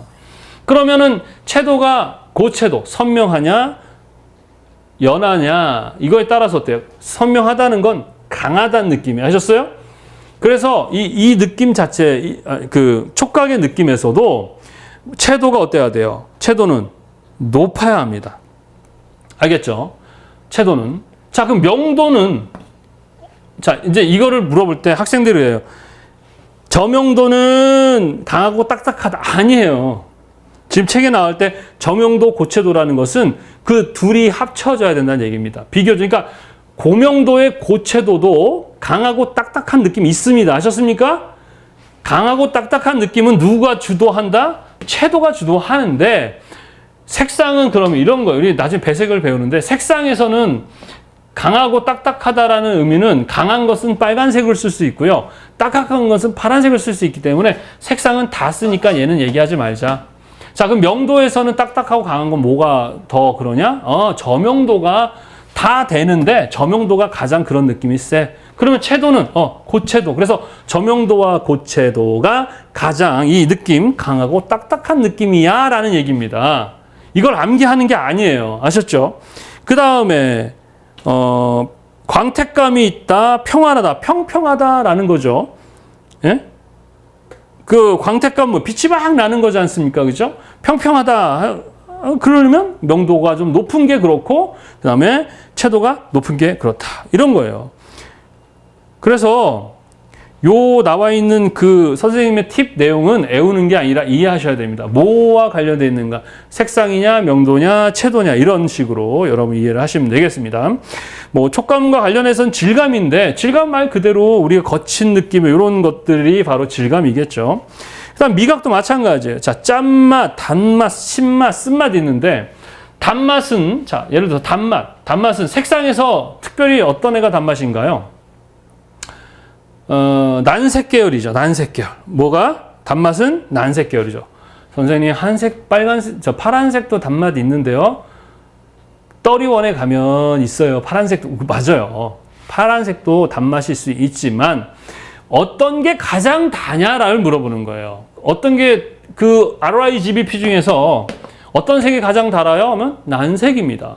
노랑이나 빨강 애들이 가장 달아요. 명도는 어떤 게 더 달다는 느낌이 들까요? 검은색도 달 수 있어요. 어떤 친구들은 어두운 갈색을 가져와서 이게 달다고 얘기해. 맞아. 뭐 그때 초콜릿이요 이러잖아요. 근데 여기서는 단맛이 초콜릿 단맛이라고 안 했잖아요. 그냥 단맛이라 그랬잖아요. 그러면 단맛에서 가장 단맛이 뭐냐? 색상은 난색이고요. 명도는 고명도고요. 채도는 고채도입니다. 이렇게 얘기를 하셔야 되는 거예요. 이해하셨죠? 그래서 이거를 단순히 암기하려고 하지 마시고요. 이해하셔야 됩니다. 이렇게 생각하시면 돼요. 조 선생님이 이 배색의 원리예요. 아, 짜증나, 씨! 이랬어요. 자, 색상은 뭐가 연상됩니까? RIGBP 중에서. 그쵸? 빨간 색상이 되는 거고. 그 다음에 명도는 어때요? 밝아요? 어두워요? 내가 지금 화를 냈으니까 어둡죠? 저명도고요. 채도는 힘이 들어갔어요? 힘이 안 들어갔어요? 힘이 들어갔죠? 그러니까 고채도가 되는 거예요. 그러니까 선생님의 지금의 이 감각, 여러분 느끼는 감각의 색은 그렇게 쓰는 겁니다. 반대로 화나 죽겠네 이랬어요. 그러면 이건 뭐예요? 한색이죠. 힘이 빠지고 우울해하고 침울해하니까. 명도는 어떻습니까? 저명도겠죠. 채도는 저채도죠. 왜? 힘이 빠졌잖아요. 이런 식으로 배색은 색상과 명도와 채도를 가지고 어떠한 스펙트럼에 맞는, 많이 화났을 땐 많이 화나는 색을 쓰고 많이 덜 슬플 땐 덜 슬프게 쓰고 이런 식의 배색을 하는 거예요. 그래서 이 오감도 마찬가지로 그런 식으로 하는 겁니다. 그래서 후각 같은 경우도 그런 식으로 색상 명도 채도를 사용하게 되는데 그것을 연구한 사람에 대한 그 모리스 메리베레라는 사람이 이 색채 공간각에서 이 후각에 대한 그 연구한 내용이 있는데 이것도 가끔 나오니까 보시고 이해하시면 되겠습니다. 청각도 마찬가지예요. 보통 높은 음이다라고 하면은 채도 개념이죠. 고채도가 들어가겠죠. 그리고 낮은 음일 때는 명도가 낮고 채도가 낮다. 이런 식으로 일하시면 되는데 여기서는 이제 주로 어떤 문제가 나오냐면 소리는 뉴턴의 문제가 많이 나옵니다. 이 뉴턴은요, 우리 물리학자죠. 그죠? 분광 실험을 했던 사람인데 마찬가지로 색과 음을 연결을 해서 설명을 합니다. 그래서 도레미파솔라시도라는 그 색은 빨주노초 파남보 이런 식으로 연결을 합니다. 교재에 나와 있습니다. 그래서 빨주노초 파남보를 그냥 도레미파솔라시도 도레미파솔라시 이렇게 연결해서 외우시면 되겠습니다. 그래서 이게 과학적으로 맞느냐? 그건 아니고요. 어떤 물리적인 그런 여러 가지를 가지고 이렇게 설명을 했지만 이렇게 많이 사용되는, 그러니까 좀 과학적으로 이렇게 사용되는 내용은 아니었다. 하여튼 이런 연구를 청각과 공감각에 대한 색을 연결해서 설명한 사람이 누구다? 뉴턴이다. 그 외에 카스텔이라는 사람도 있습니다. 카스텔도 마찬가지로 C, D, E, G, A 이것도 음이거든요. 그래서 우리가 도레미파솔라시도 그러는데 영어로는 C, D, E, F, G, A, B, C 이런 식으로 이야기를 합니다. 도레미파솔라. 그래서 C는 청색, D는 녹색, E는 노랑, G는 빨강, A는 보라다. 카스텔도 마찬가지로 뉴턴처럼 이런 식으로 색과 음을 연결해서 연구한 사람들이다. 시험 문제 나오니까 나온 거지. 이게 처음에 뉴턴만 나오다가 요즘엔 이제 카스텔도 나오더라. 그 다음 또 이제 몬드리안의 그 브로드웨이의 부기우기인데 이것도 마찬가지로 그 색이 그 브로드웨이의 그 복잡한 그런 어떤 여러 가지를 같이 음계와 연결해서 이렇게 표현했다라고 하는데 이것도 그냥 세 가지. 시험 문제에서 제일 많이 나오는 게 그 중에 하나가 바로 뉴턴, 카스텔, 몬드리안을 물어보는 이 시험 문제가 여기서 많이 출제가 되고 있습니다. 자, 그 다음에 이제 시각인데요. 시각에서는 E10은 또 마찬가지로 또 컬러와 형태를 연결해서 설명을 하는 그런 연구를 했습니다. 그 관계를. 그래서 이것도 마찬가지로 외우셔야 됩니다. 그래서 교재에 나와 있듯이 빨강은 정사각형, 주황은 직사각형 이러는데 사실 빨강도 어두운 빨강, 밝은 빨강이 있잖아요. 그죠? 근데 기본적인 기본색이라고 얘기하는데 하여튼 기본색의 빨강은 정사각형, 주황색은 직사각형, 역삼각형, 육각형, 원, 타원, 마름모, 반원 이렇게 해서 나와 있는데 이것도 자주 출제가 됩니다. 이것도 연결돼서 설명하는 문제가 나와요. 그래서 어떻게 변해가느냐를 좀 보시면 네모에서 세모에서 동그라미로 변해간다. 이렇게 네모, 세모, 동그라미로 이렇게 변해간다 하면서 외우시면 조금 도움이 됩니다. 그 다음 그 외에 또 배부와 페은어도 마찬가지로 형태랑 색을 연결하고 그것에 대한 또 감정적인 부분들을 설명해서 이렇게 이야기를 했다. 이렇게 해서 나옵니다. 자, 이 부분 여러분 되게 많아 보이지만 외우는 문제라고 생각하지 마시고요. 감각을 색상, 명도, 채도로 연결해서 이해를 하시면 돼요. 아셨죠?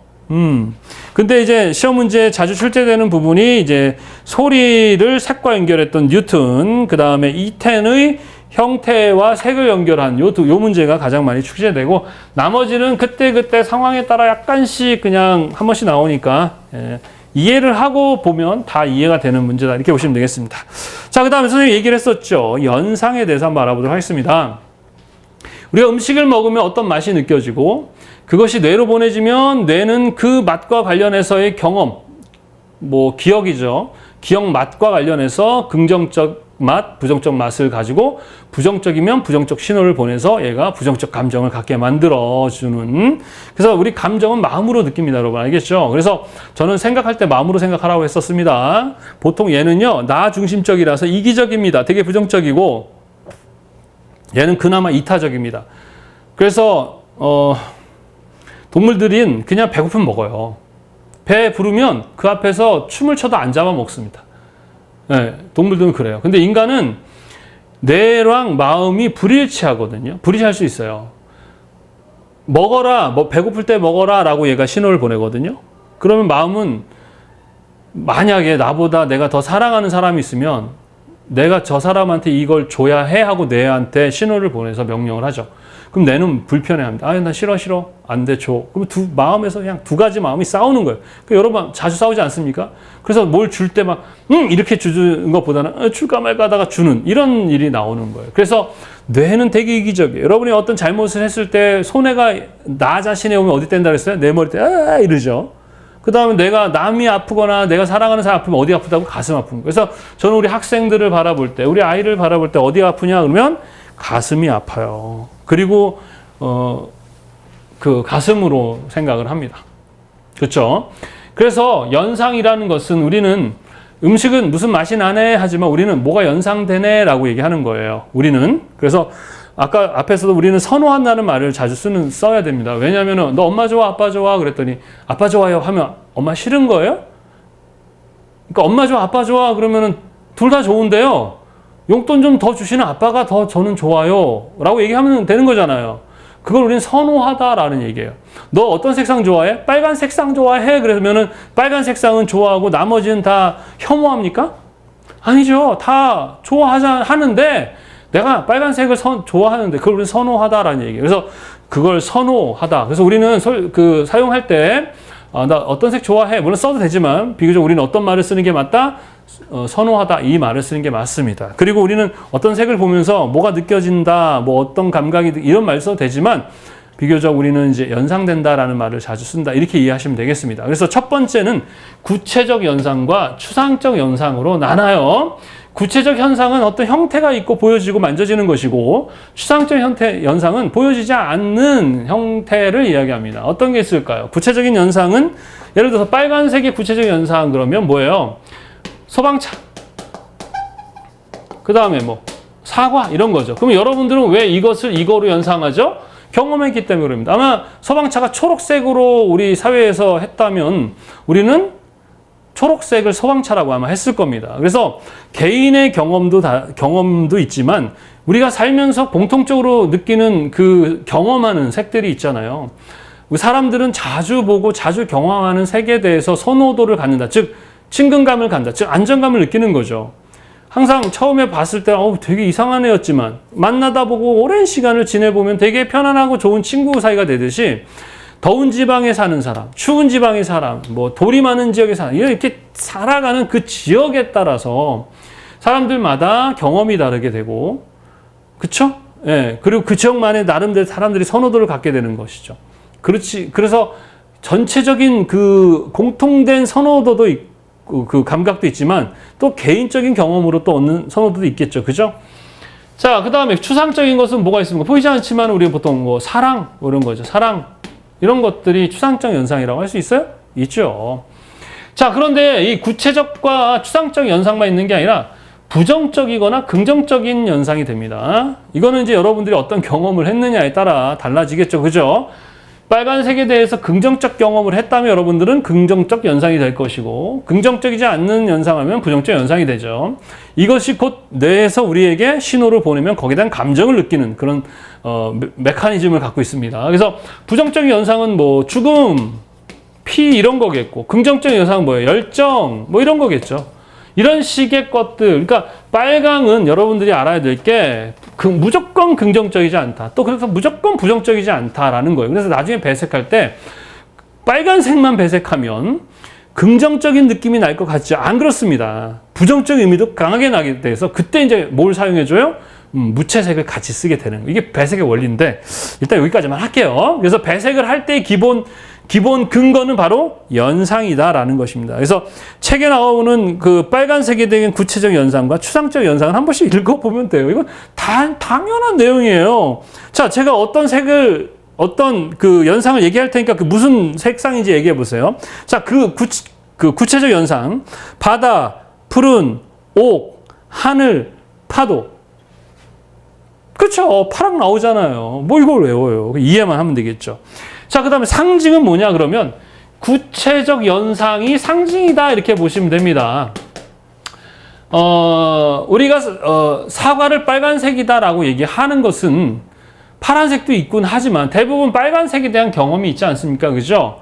그래서 빨강을 파란색이라고 해도 되지만 대표성을 갖잖아요. 이건 빼박, 그냥 빨간색이야. 그러니까 소방차는 빨간색이야. 이렇게 빼박, 그걸 완전 대표하는 구체적 연상을 우리는 상징이라고 얘기를 합니다. 뭔 말인지 아시겠죠? 그래서 이 상징을 이용해서 신분이나 계급을 구분할 때도 색을 사용을 했었죠. 그죠? 옛날에 이제 뭐 조선시대 때도 이렇게 직급에 따라서 입는 옷들이 달랐고 또 왕이 입는 옷도 달랐고 이런 것처럼 또 방이나 지역, 뭐 수치 뭐 이런 표시들을 사용할 때 상징을 사용했다라는 거. 그래서 상징은 연상 중에 어떤 거랑 관련이 있다 그러면 구체적 연상과 관련이 있다 이렇게 보시면 되겠고, 이 부분은 시험 문제에 자주 출제되는데 뭐 여러분들이 보면 충분히 풀 수 있는 정도의 시험 문제라고 생각합니다. 자, 그 다음에 여기 나오죠. 상징이라는 것은 신분, 계급, 방위, 수치, 뭐 국가, 단체, 상징 등에 사용될 수 있다라는 거. 자, 그 다음에 색채 연상을 역할을 한다. 쉬운 거 여러분 얘기했었죠.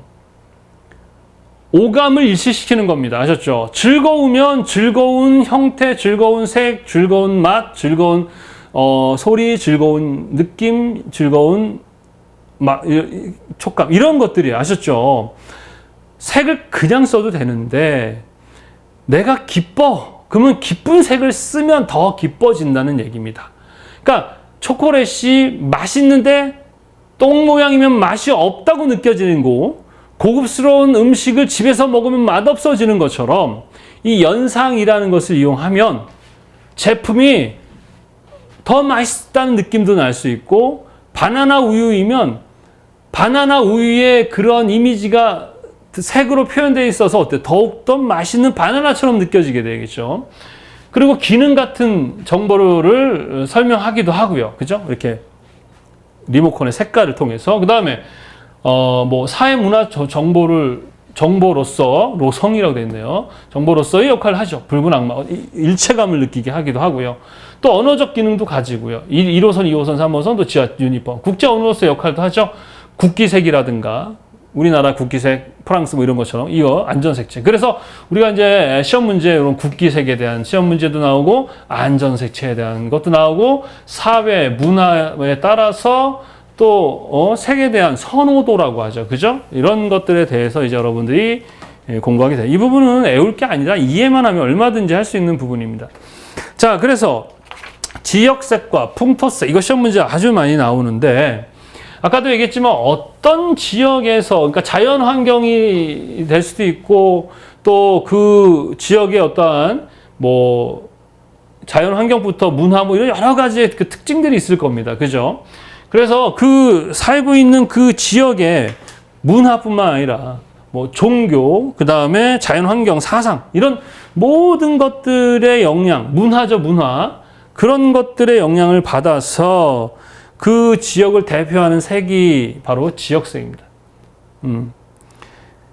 그리고 요곳의 대표적인 지리학 창시자가 프랑스의 장 필립 랑크로라는 사람이 이 지역색에 대한 개념을 연구했던 사람이다라는 부분도 시험 문제에 좀 출제되고요. 이 지역색은 이제 우리 기업도 기업을 대표하는 색상을 만들죠. 색을 만들죠. 마찬가지로 이 지역색은 보통 그 지역, 뭐 국가가 될 수도 있고 도시가 될 수 있는데 그 지역을 대표하는 아이덴티티로 이렇게 사용함으로 인해서 그 지역의 뭐 브랜드나 이미지 기억을 시키는 데 사용될 수 있다는 겁니다. 하여튼 여러 가지 그런 어떤 문화, 종교, 자연환경, 그 다음에 사상 이런 여러 것들을 가진 그런 특징이 잘 나타나도록 그 지역이 가지는 색, 대표하는 색을 우리 뭐라고 한다? 지역색이라고 한다. 자, 풍토색이라는 것은 그것 중에 지역색 안에 어떤 거와 좀 관련되어 있다 그러면 자연 환경과 좀 관련되어 있다 보시면 돼요. 그래서 엄밀히 따지면 풍토색도 지역색 안에 들어가는데 지역색은 다양한 문화, 사상, 종교, 자연환경 이런 것들이고 풍토색은 반면에 어떤 자연환경의 색이다 이렇게 보시면 되겠습니다. 그 다음에 오륜기. 자, 오륜기는 시험 문제 자주 출제되는데 우리 올림픽의 대표 기죠. 오륜기는 5가지가 있습니다. 우리 보통 요렇게 5개의 원으로 되어 있죠. 그래서 이거는 5대양을 이야기합니다. 우리 그 지구에 5개의 대양이 있죠. 그죠? 첫 번째 파란색인데요. 파란색은 보통 유럽을 상징을 합니다. 그래서 유럽은 좀 국기도 보면 청색이 많은 편이고요.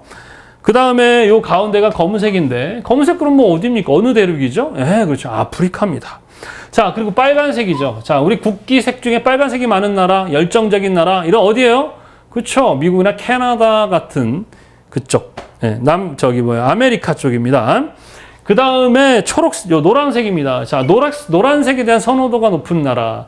중국이죠. 중국은 예전 황제들이 노란색을, 금, 황금, 이런 것들을 대표하고, 노란색에 대한 선호도가 높다. 예전에는 이제 중국이 대표했으니까. 그 다음에 이제 여긴 초록색입니다. 자연환경이 좋은 지역이 어디예요? 호주와 뉴질랜드, 오세아니아죠. 그렇게 이해를 하시면 되겠습니다. 이거 시험 문제 많이 나오고 이 색과 관련돼서 나라와 연결돼서 나옵니다. 파란색은 어느 나라라고요? 그렇죠. 유럽입니다. 검은색은 어디라고요? 아프리카죠. 그 다음 빨간색은 미국, 캐나다, 아메리카죠. 그 다음에 노란색은 아시아죠. 그 다음에 초록은 오세아니아입니다. 아셨죠? 그런 식으로 이해하시면 되겠습니다. 그 다음에 자연 환경에 따라서 선호도가 달라질 수 있겠죠. 뭐 예를 들어서 추운 지역과 더운 지역들에 따라서 사람들이 선호도를 갖는다. 선호도라고 얘기하는 거예요. 중국 사람들이 빨간색 선호도 모두 다 빨간색 좋아합니까? 아니라고요. 선호도는 비교적 과반 이상이 빨강에 대해서 긍정적인 그런 감정을 갖는다는 얘기죠.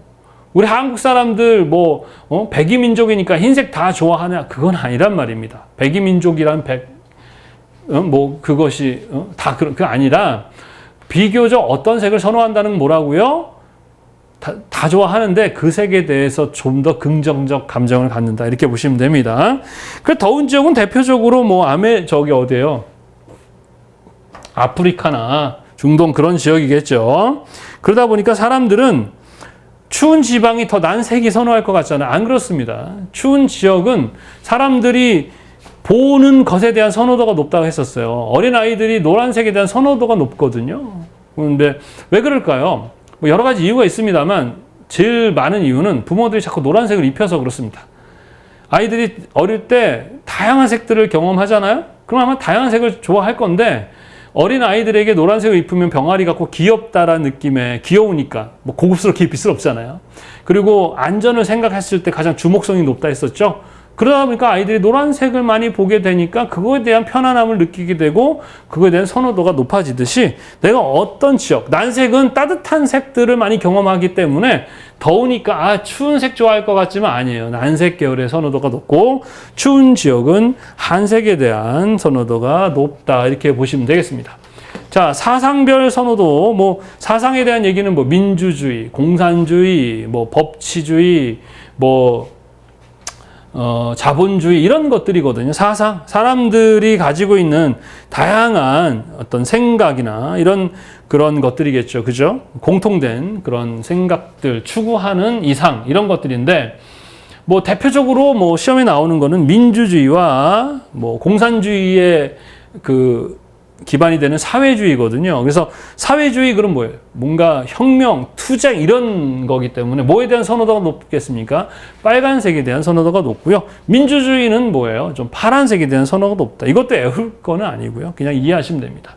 자, 나라별 선호도에 대한 문제가 나오죠. 그래서 라틴계, 게르만인, 독일 사람들 쪽이죠. 중국, 아프리카 이런 사람들에 대한 선호도 시험 문제가 나오는데 라틴계는 좀 딱 해도 어때요? 좀 정열, 강렬 이런 느낌이지 않습니까? 그래서 포르투갈이나 그 영향을 받은 라틴 계열 아메리카 사람들이겠죠. 그죠? 되게 강렬하고 상당히 그 난색 계통의 아주 강렬한 그런 색들을 선호합니다.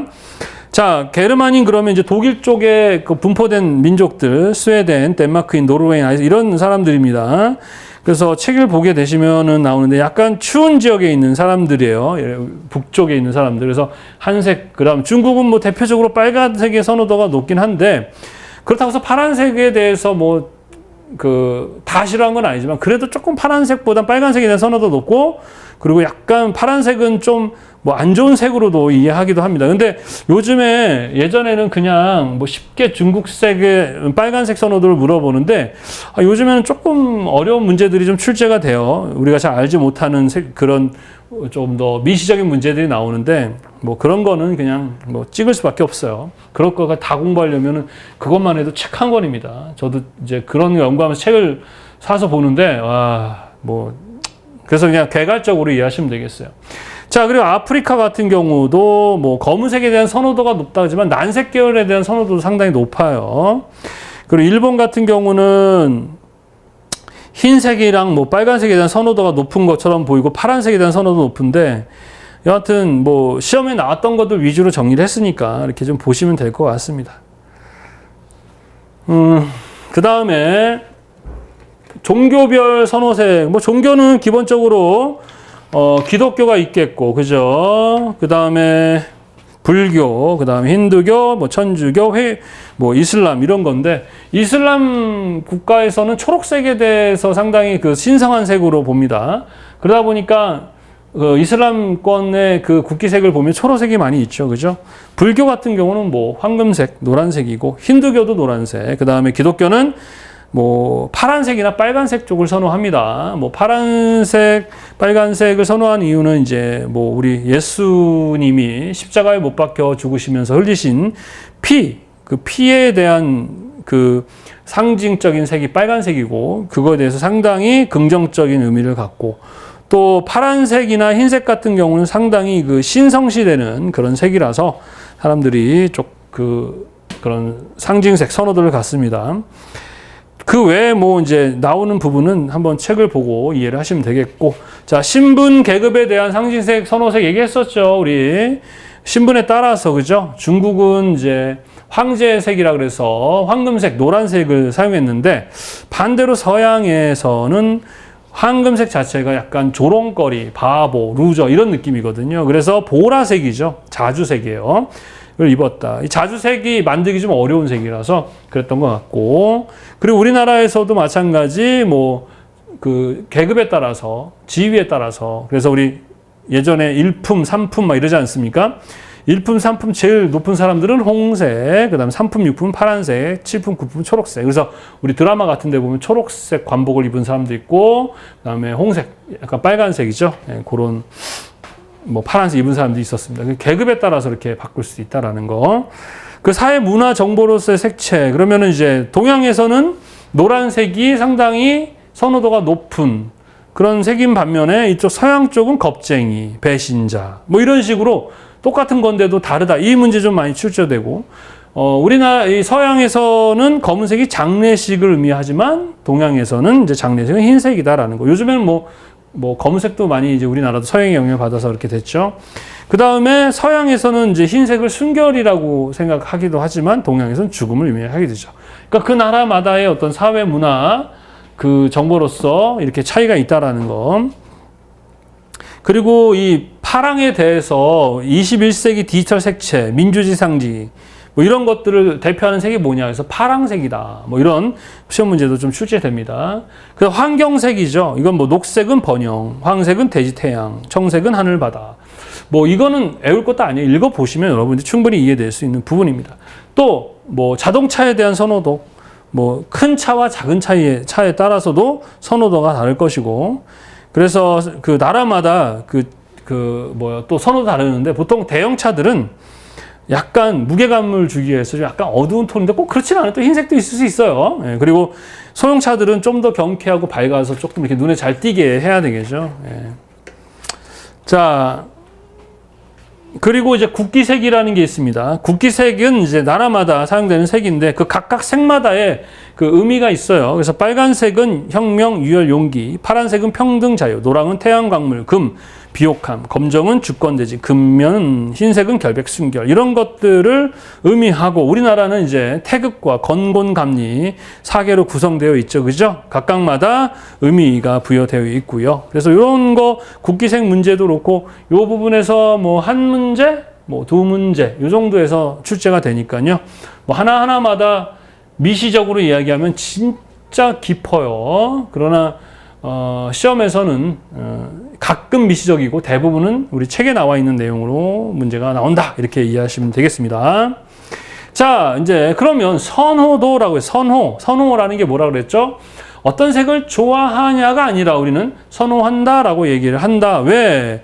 다 좋아하는데 내가 이 색을 좀 더 많이 좋아해가 선호예요. 그러다 보니까 전체 뭐 사람들마다 다 뭐 나라마다 다르지만 비교적 사람들이 전 세계 사람들이 가장 긍정적으로 선호하는 색들이 뭐다? 청색이다. 무슨 색이다? 청색이다. 나오나요? 나오네요. 뭐 이런 식으로. 그러면 이제 그냥 근거 없이 얘네들이 그냥 파란색 좋아하는 것 같아. 그러니까 파란색이 그러지 않고요. 우리 표본조사라는 거 해봤었죠. 그죠? 마찬가지로 표본조사 할 때 의미론적, 여기 의미분화법, 우리 배웠을 때, 그죠? 갑자기 생각이 안 나. 하여튼, 그 선호도법을 조사할 때 사용되는 가장 많은 선호도법이 바로 뭐다?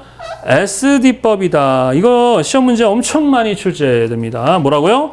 SD법. 다른 말로는 언어척도법, 의미분화법, 의미미분법이라고 합니다.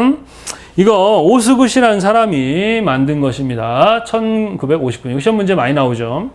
그래서 세 가지 차원, 그래서 평가 차원, 능력 차원, 활동 차원이라는 차원에 두 가지의 서로 반대되는 형용사 이미지라 그럽니다.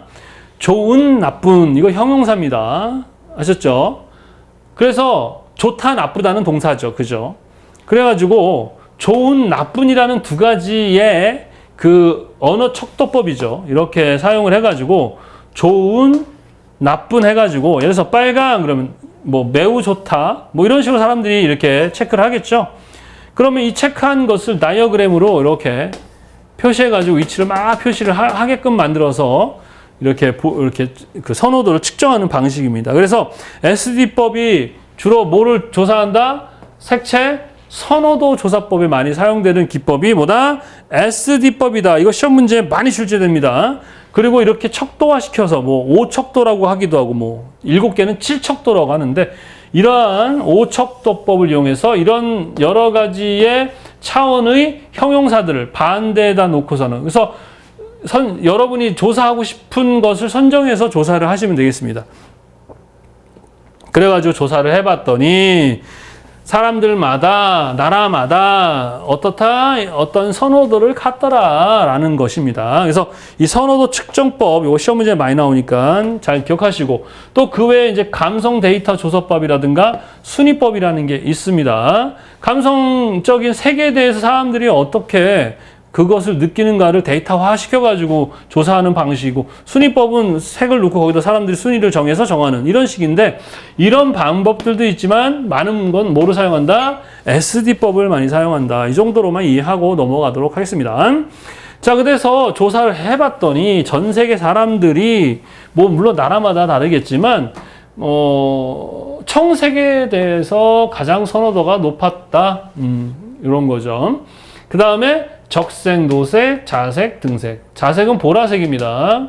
등색은 약간 황색 계열인데 하여튼 요 순서대로 사람들이 선호도가 높더라. 그래서 요거에 대한 순서와 청색이 가장 높다는 것을 물어보는 그런 시험 문제들이 조금 출제가 됩니다.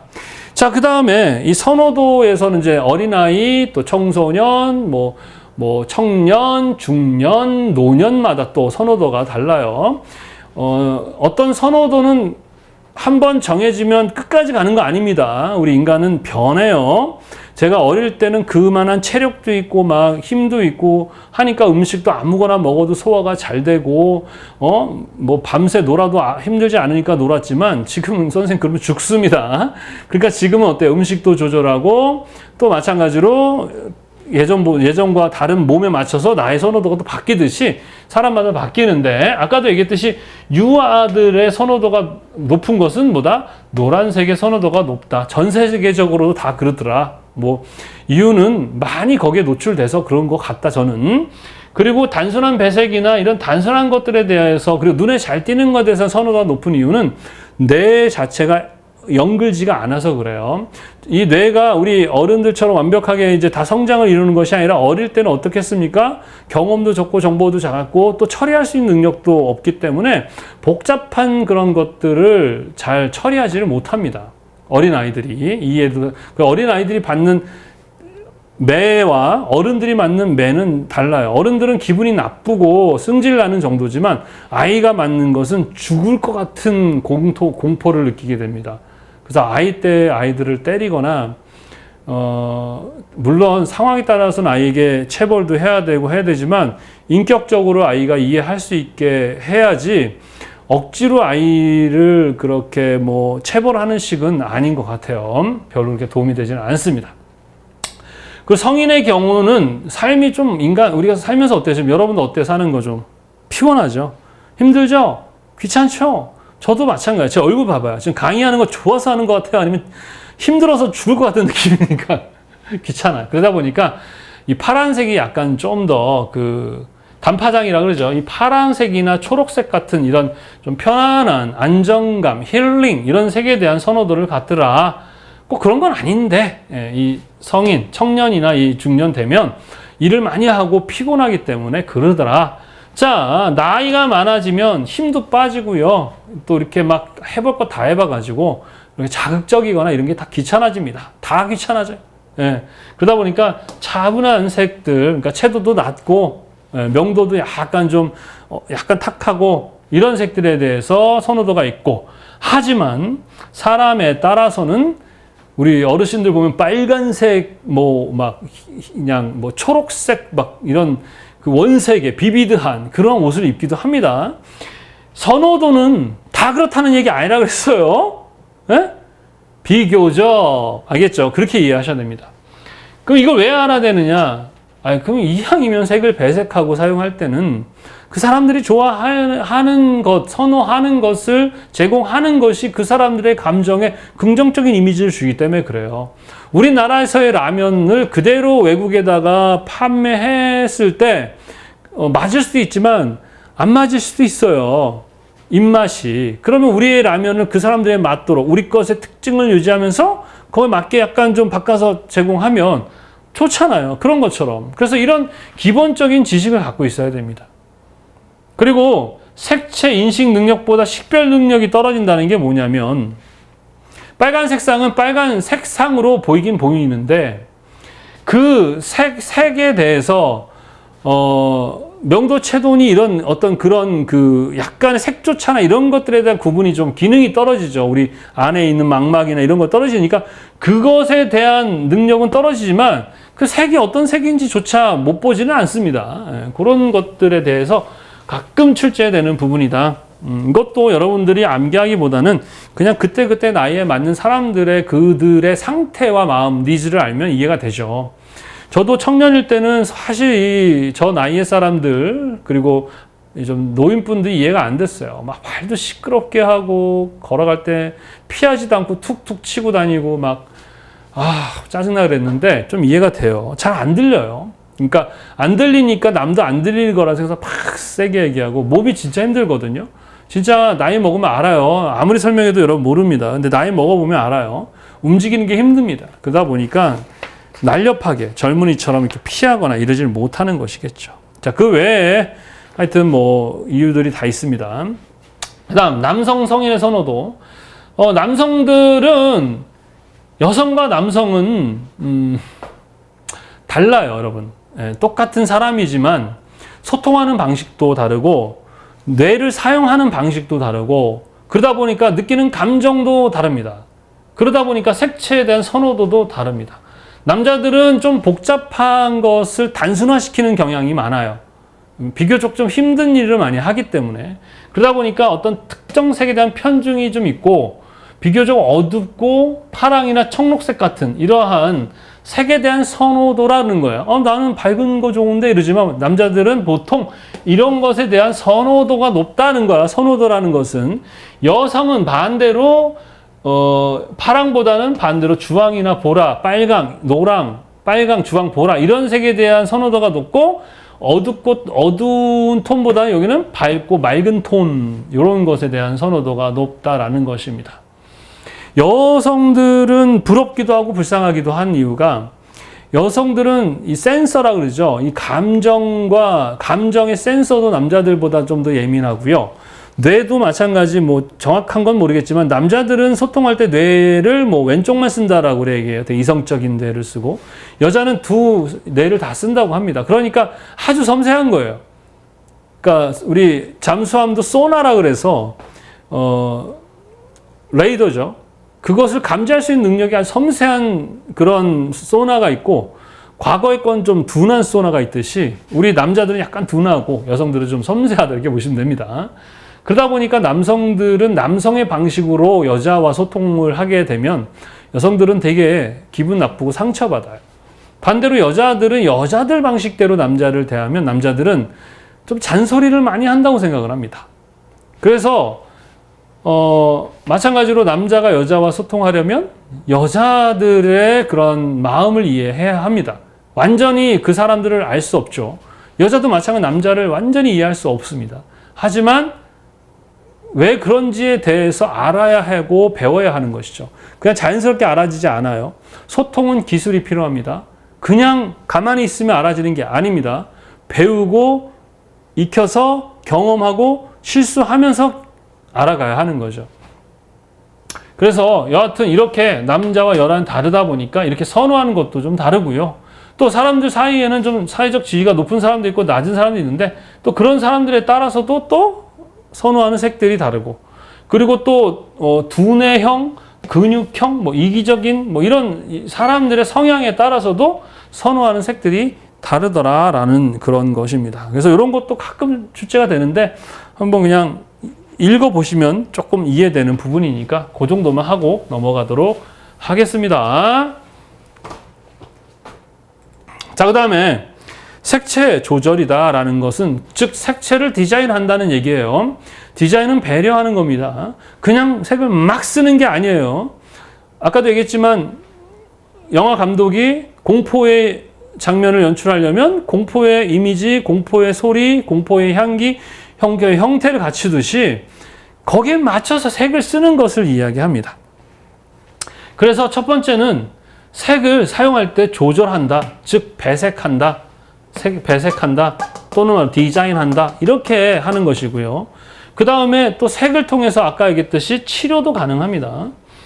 그 다음에 색을 우리 안전색채라 그래서 사용하기도 하죠. 그래서 대표적인 요 세 가지 색채 조절, 안전색채, 색채 치료 요 세 가지 시험 문제가 많이 출제가 됩니다. 그러면 색채 조절을 하면 어떤 그런 효율이 있느냐? 일단 기분이 좋아지죠. 기분이 좋다는 건 긍정적 감정입니까? 부정적 감정입니까? 긍정적 감정입니다. 불안지수가 높아진다는 얘기입니까? 낮아진다는 얘기입니까? 낮아진다는 얘기입니다. 아셨죠? 기분이 좋아진다. 자, 우리 인간은요, 왜 병이 드느냐? 왜, 대부분, 여러분, 저는 죽을 때 어떻게 죽고 싶냐 했을 때 사람들은 자다가 편안히 죽는다고 얘기하는데, 저는 그렇게 갑자기 죽고 싶지 않아요. 사실 사람이 죽는 방식은 몇 개 없어요. 스스로 죽거나, 사고로 죽거나, 뭐, 나이가 차서 죽거나, 병으로 죽거나, 그죠? 그쵸?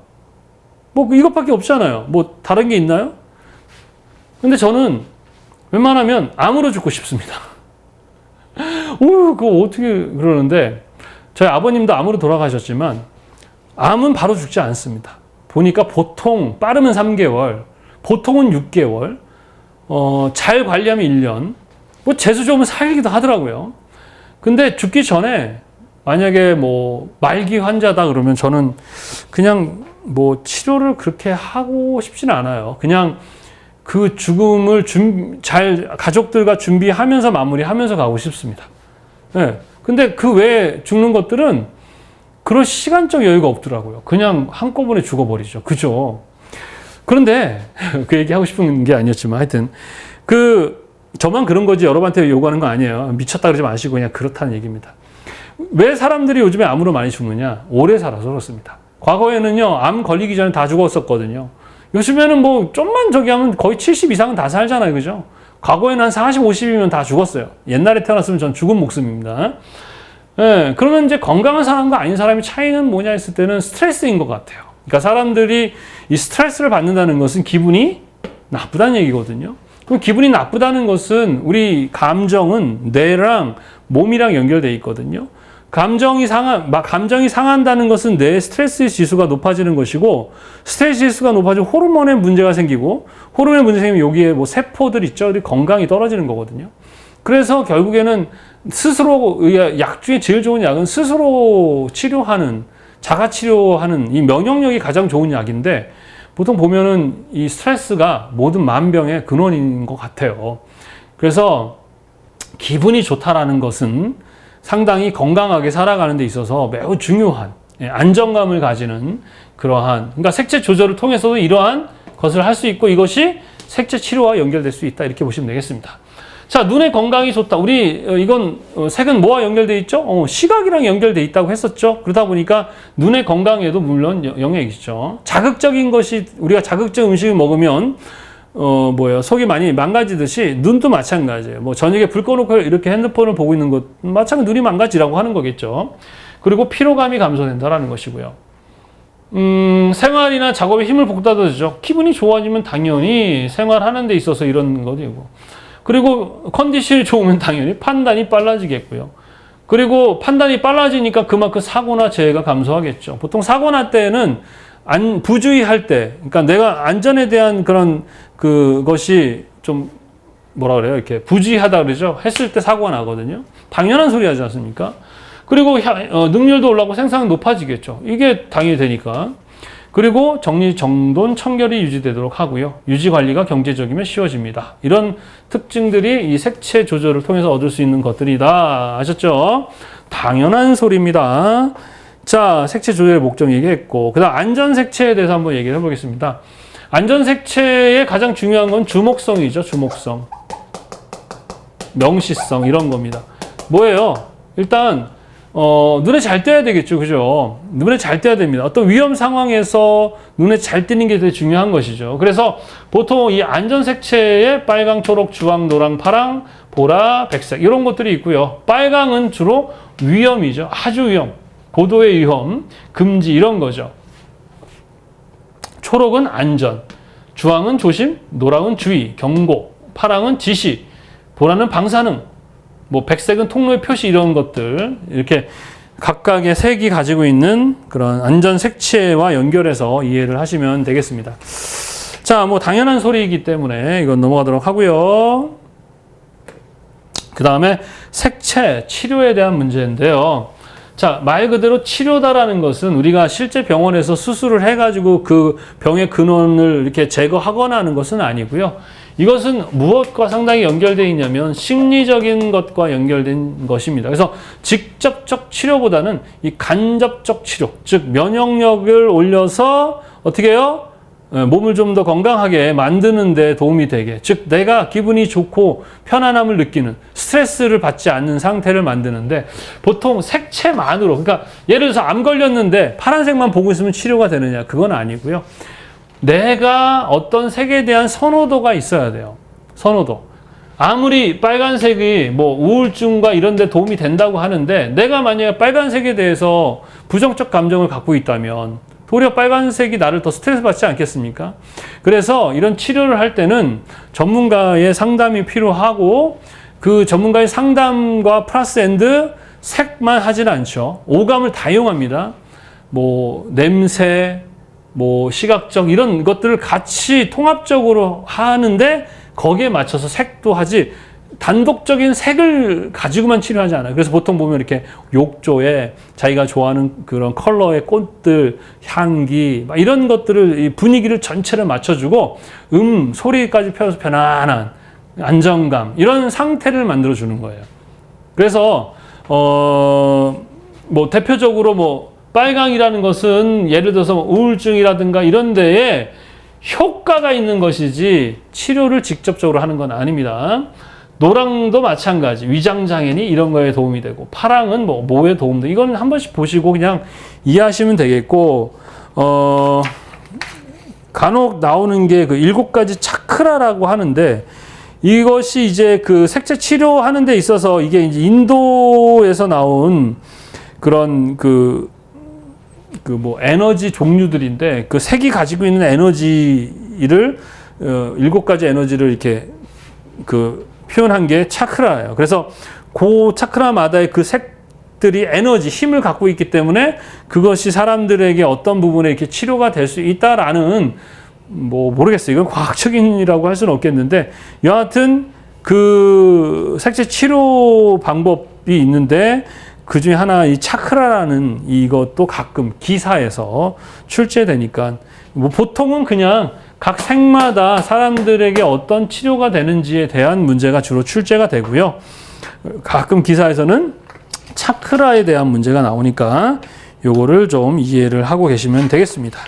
그리고 색채 조절에서 우리 병원의 색채 조절, 뭐 공장의 색채 조절, 실내의 색채 조절에 관련한 시험 문제가 한 문제에 자주 출제되거든요. 근데 이거는 애워서 하는 문제가 아니고요. 예를 들어서 수술실에 가장 적합한 뭐 색은 뭐냐 그러면 청록색이에요. 우리 V잔상 배웠었죠, 그죠? 왜? 눈의 피로. 그다음 빨간색에 반대되는 색을 통해서 좀 더 수술하는 그것이 좀 더 선명하게 보이게 하는 역할을 한다든가 이런 거겠죠. 그리고 황달기가 있는 사람들에서는 그때 조명과 색은, 네, 그 황달기가 있는데 이렇게 백열등을 쓰면 안 되겠다. 이거는 당연한 얘기입니다. 그래서 마음이 들뜬 사람들은 뭐 안정감을 주는 색. 그럼 안정감을 줄 때는 뭐 한색에 뭐 명도 같은 경우는 중저명도에, 채도는 약간 중저채도. 뭐 이런 식으로 선정을 하는 거지. 뭐 이걸 딱 애워서 하는 건 아닙니다. 그래서 지금까지 나왔던 시험 문제들을 선생님이 정리를 해놨어요, 교재에다가. 그래서 한 번씩 그냥 읽어보시면 되고, 애우려고 하지 마시고 배색하는 거예요. 감정, 심리에 맞춰서 색상과 명도와 채도로. 뭔 말인지 아시겠죠? 흥분된다. 그러면 난색이 더 나을 수도 있고, 전체를 멀티컬러라 그러죠. 다 써도 되겠고. 명도 같은 경우는 비교적 더 밝겠죠. 흥분되니까. 채도는 좀 채도가 높겠죠.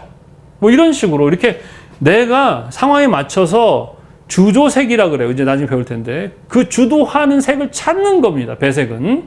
그래서 이 색채, 심리, 요 파트에서는 그런 문제가 어렵지 않아요. 여러분들 충분히 읽어보면 이해할 수 있는 정도의 충분한 그런 문제로 출제된다는 거 잘 기억을 하시면 되겠습니다. 자, 이렇게 해서 우리가 색채, 심리에 대한 이야기가 다 끝났습니다. 자, 이 색채, 심리는 뭐라고요? 인간이죠. 심리는 인간의 뇌와 마음이죠. 마음은 뭐라고요? 감정입니다.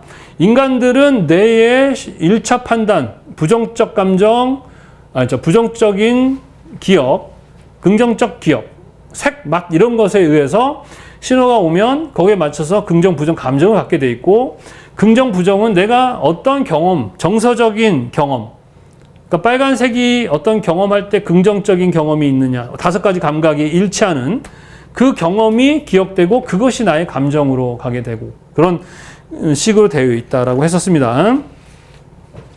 그래서 특히 색은 이 공감각, 5가지 감각을 통해서 주고받고 하기 때문에 이 5가지 감각이 일치할 때 사람들은 뭐한다? 쾌감을 느낀다. 그래서 우리는 시각에서의 컬러를 담당한다. 색을 보면 색이 우리 눈 안에 들어오는 것이고, 색을 들어온 맛을 느끼듯이 우리는 뭐한다? 연상한다. 이런 것들. 그래서 각각의 공간과 각각의, 그래서 청각에서는 뭐 뉴턴의 색채와 소리 카스텔, 시각은 뭐 이텐의 그 색과 모양, 그 연상이라는 것은 뭐 긍정, 부정, 그 다음에 추상, 그 다음에 구체적 추상, 요것 나오겠고, 그리고 우리 인간은 혼자 살 수 없죠. 사람들과 함께 어우러 살면서 만드는 어떤 문화 속에서, 사회 속에서 영향을 받죠. 제가 얘기했죠. 내가 원해서 태어난 게 아닌데, 그리고 어떻게 보면 우리는 조작되어진 거라고 얘기했습니다. 왜? 인간은 어떤 영향을 받아서 나의 정체성을 만드는 경우가 많아요. 여러분 잘생겼습니까?